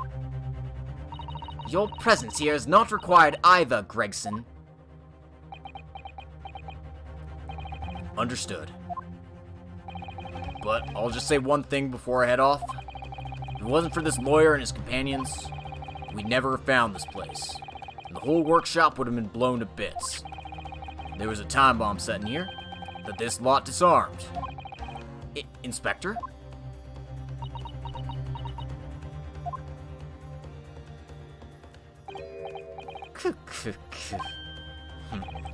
Something giving you a chuckle, has it, Trevor? Ah, so sorry. Didn't mean to offend. You're quite right, of course. You did disarm the time bomb, didn't you? Yes, you did disarm that one. What are you... That one? You mean...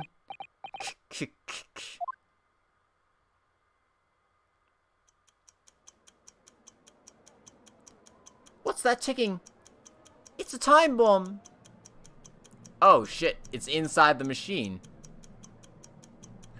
Whoa, what the fuck? You kidding me? Well, good thing Gregson and Gino weren't there. But still, Nani!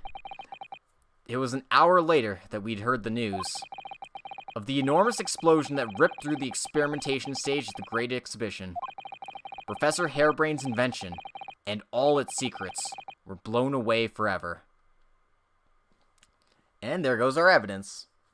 Man, good job, guys. Really good forensic investigation, guys. Hey, what's that ticking noise? I don't know, we can't look at it. And that's our to be continued. And on this enormous cliffhanger, that's where I'll be leaving the episode today. Thank you so much for coming. I hope you enjoyed this investigation. And hope you enjoy the trial that's coming up in the near future. My name is Logic Blade. I stream on Twitch and I port all my videos to YouTube, so you can check me out here or there. Thank you very much for the follow, Insane Swirl. If you want to help support the channel, follows are always recommended.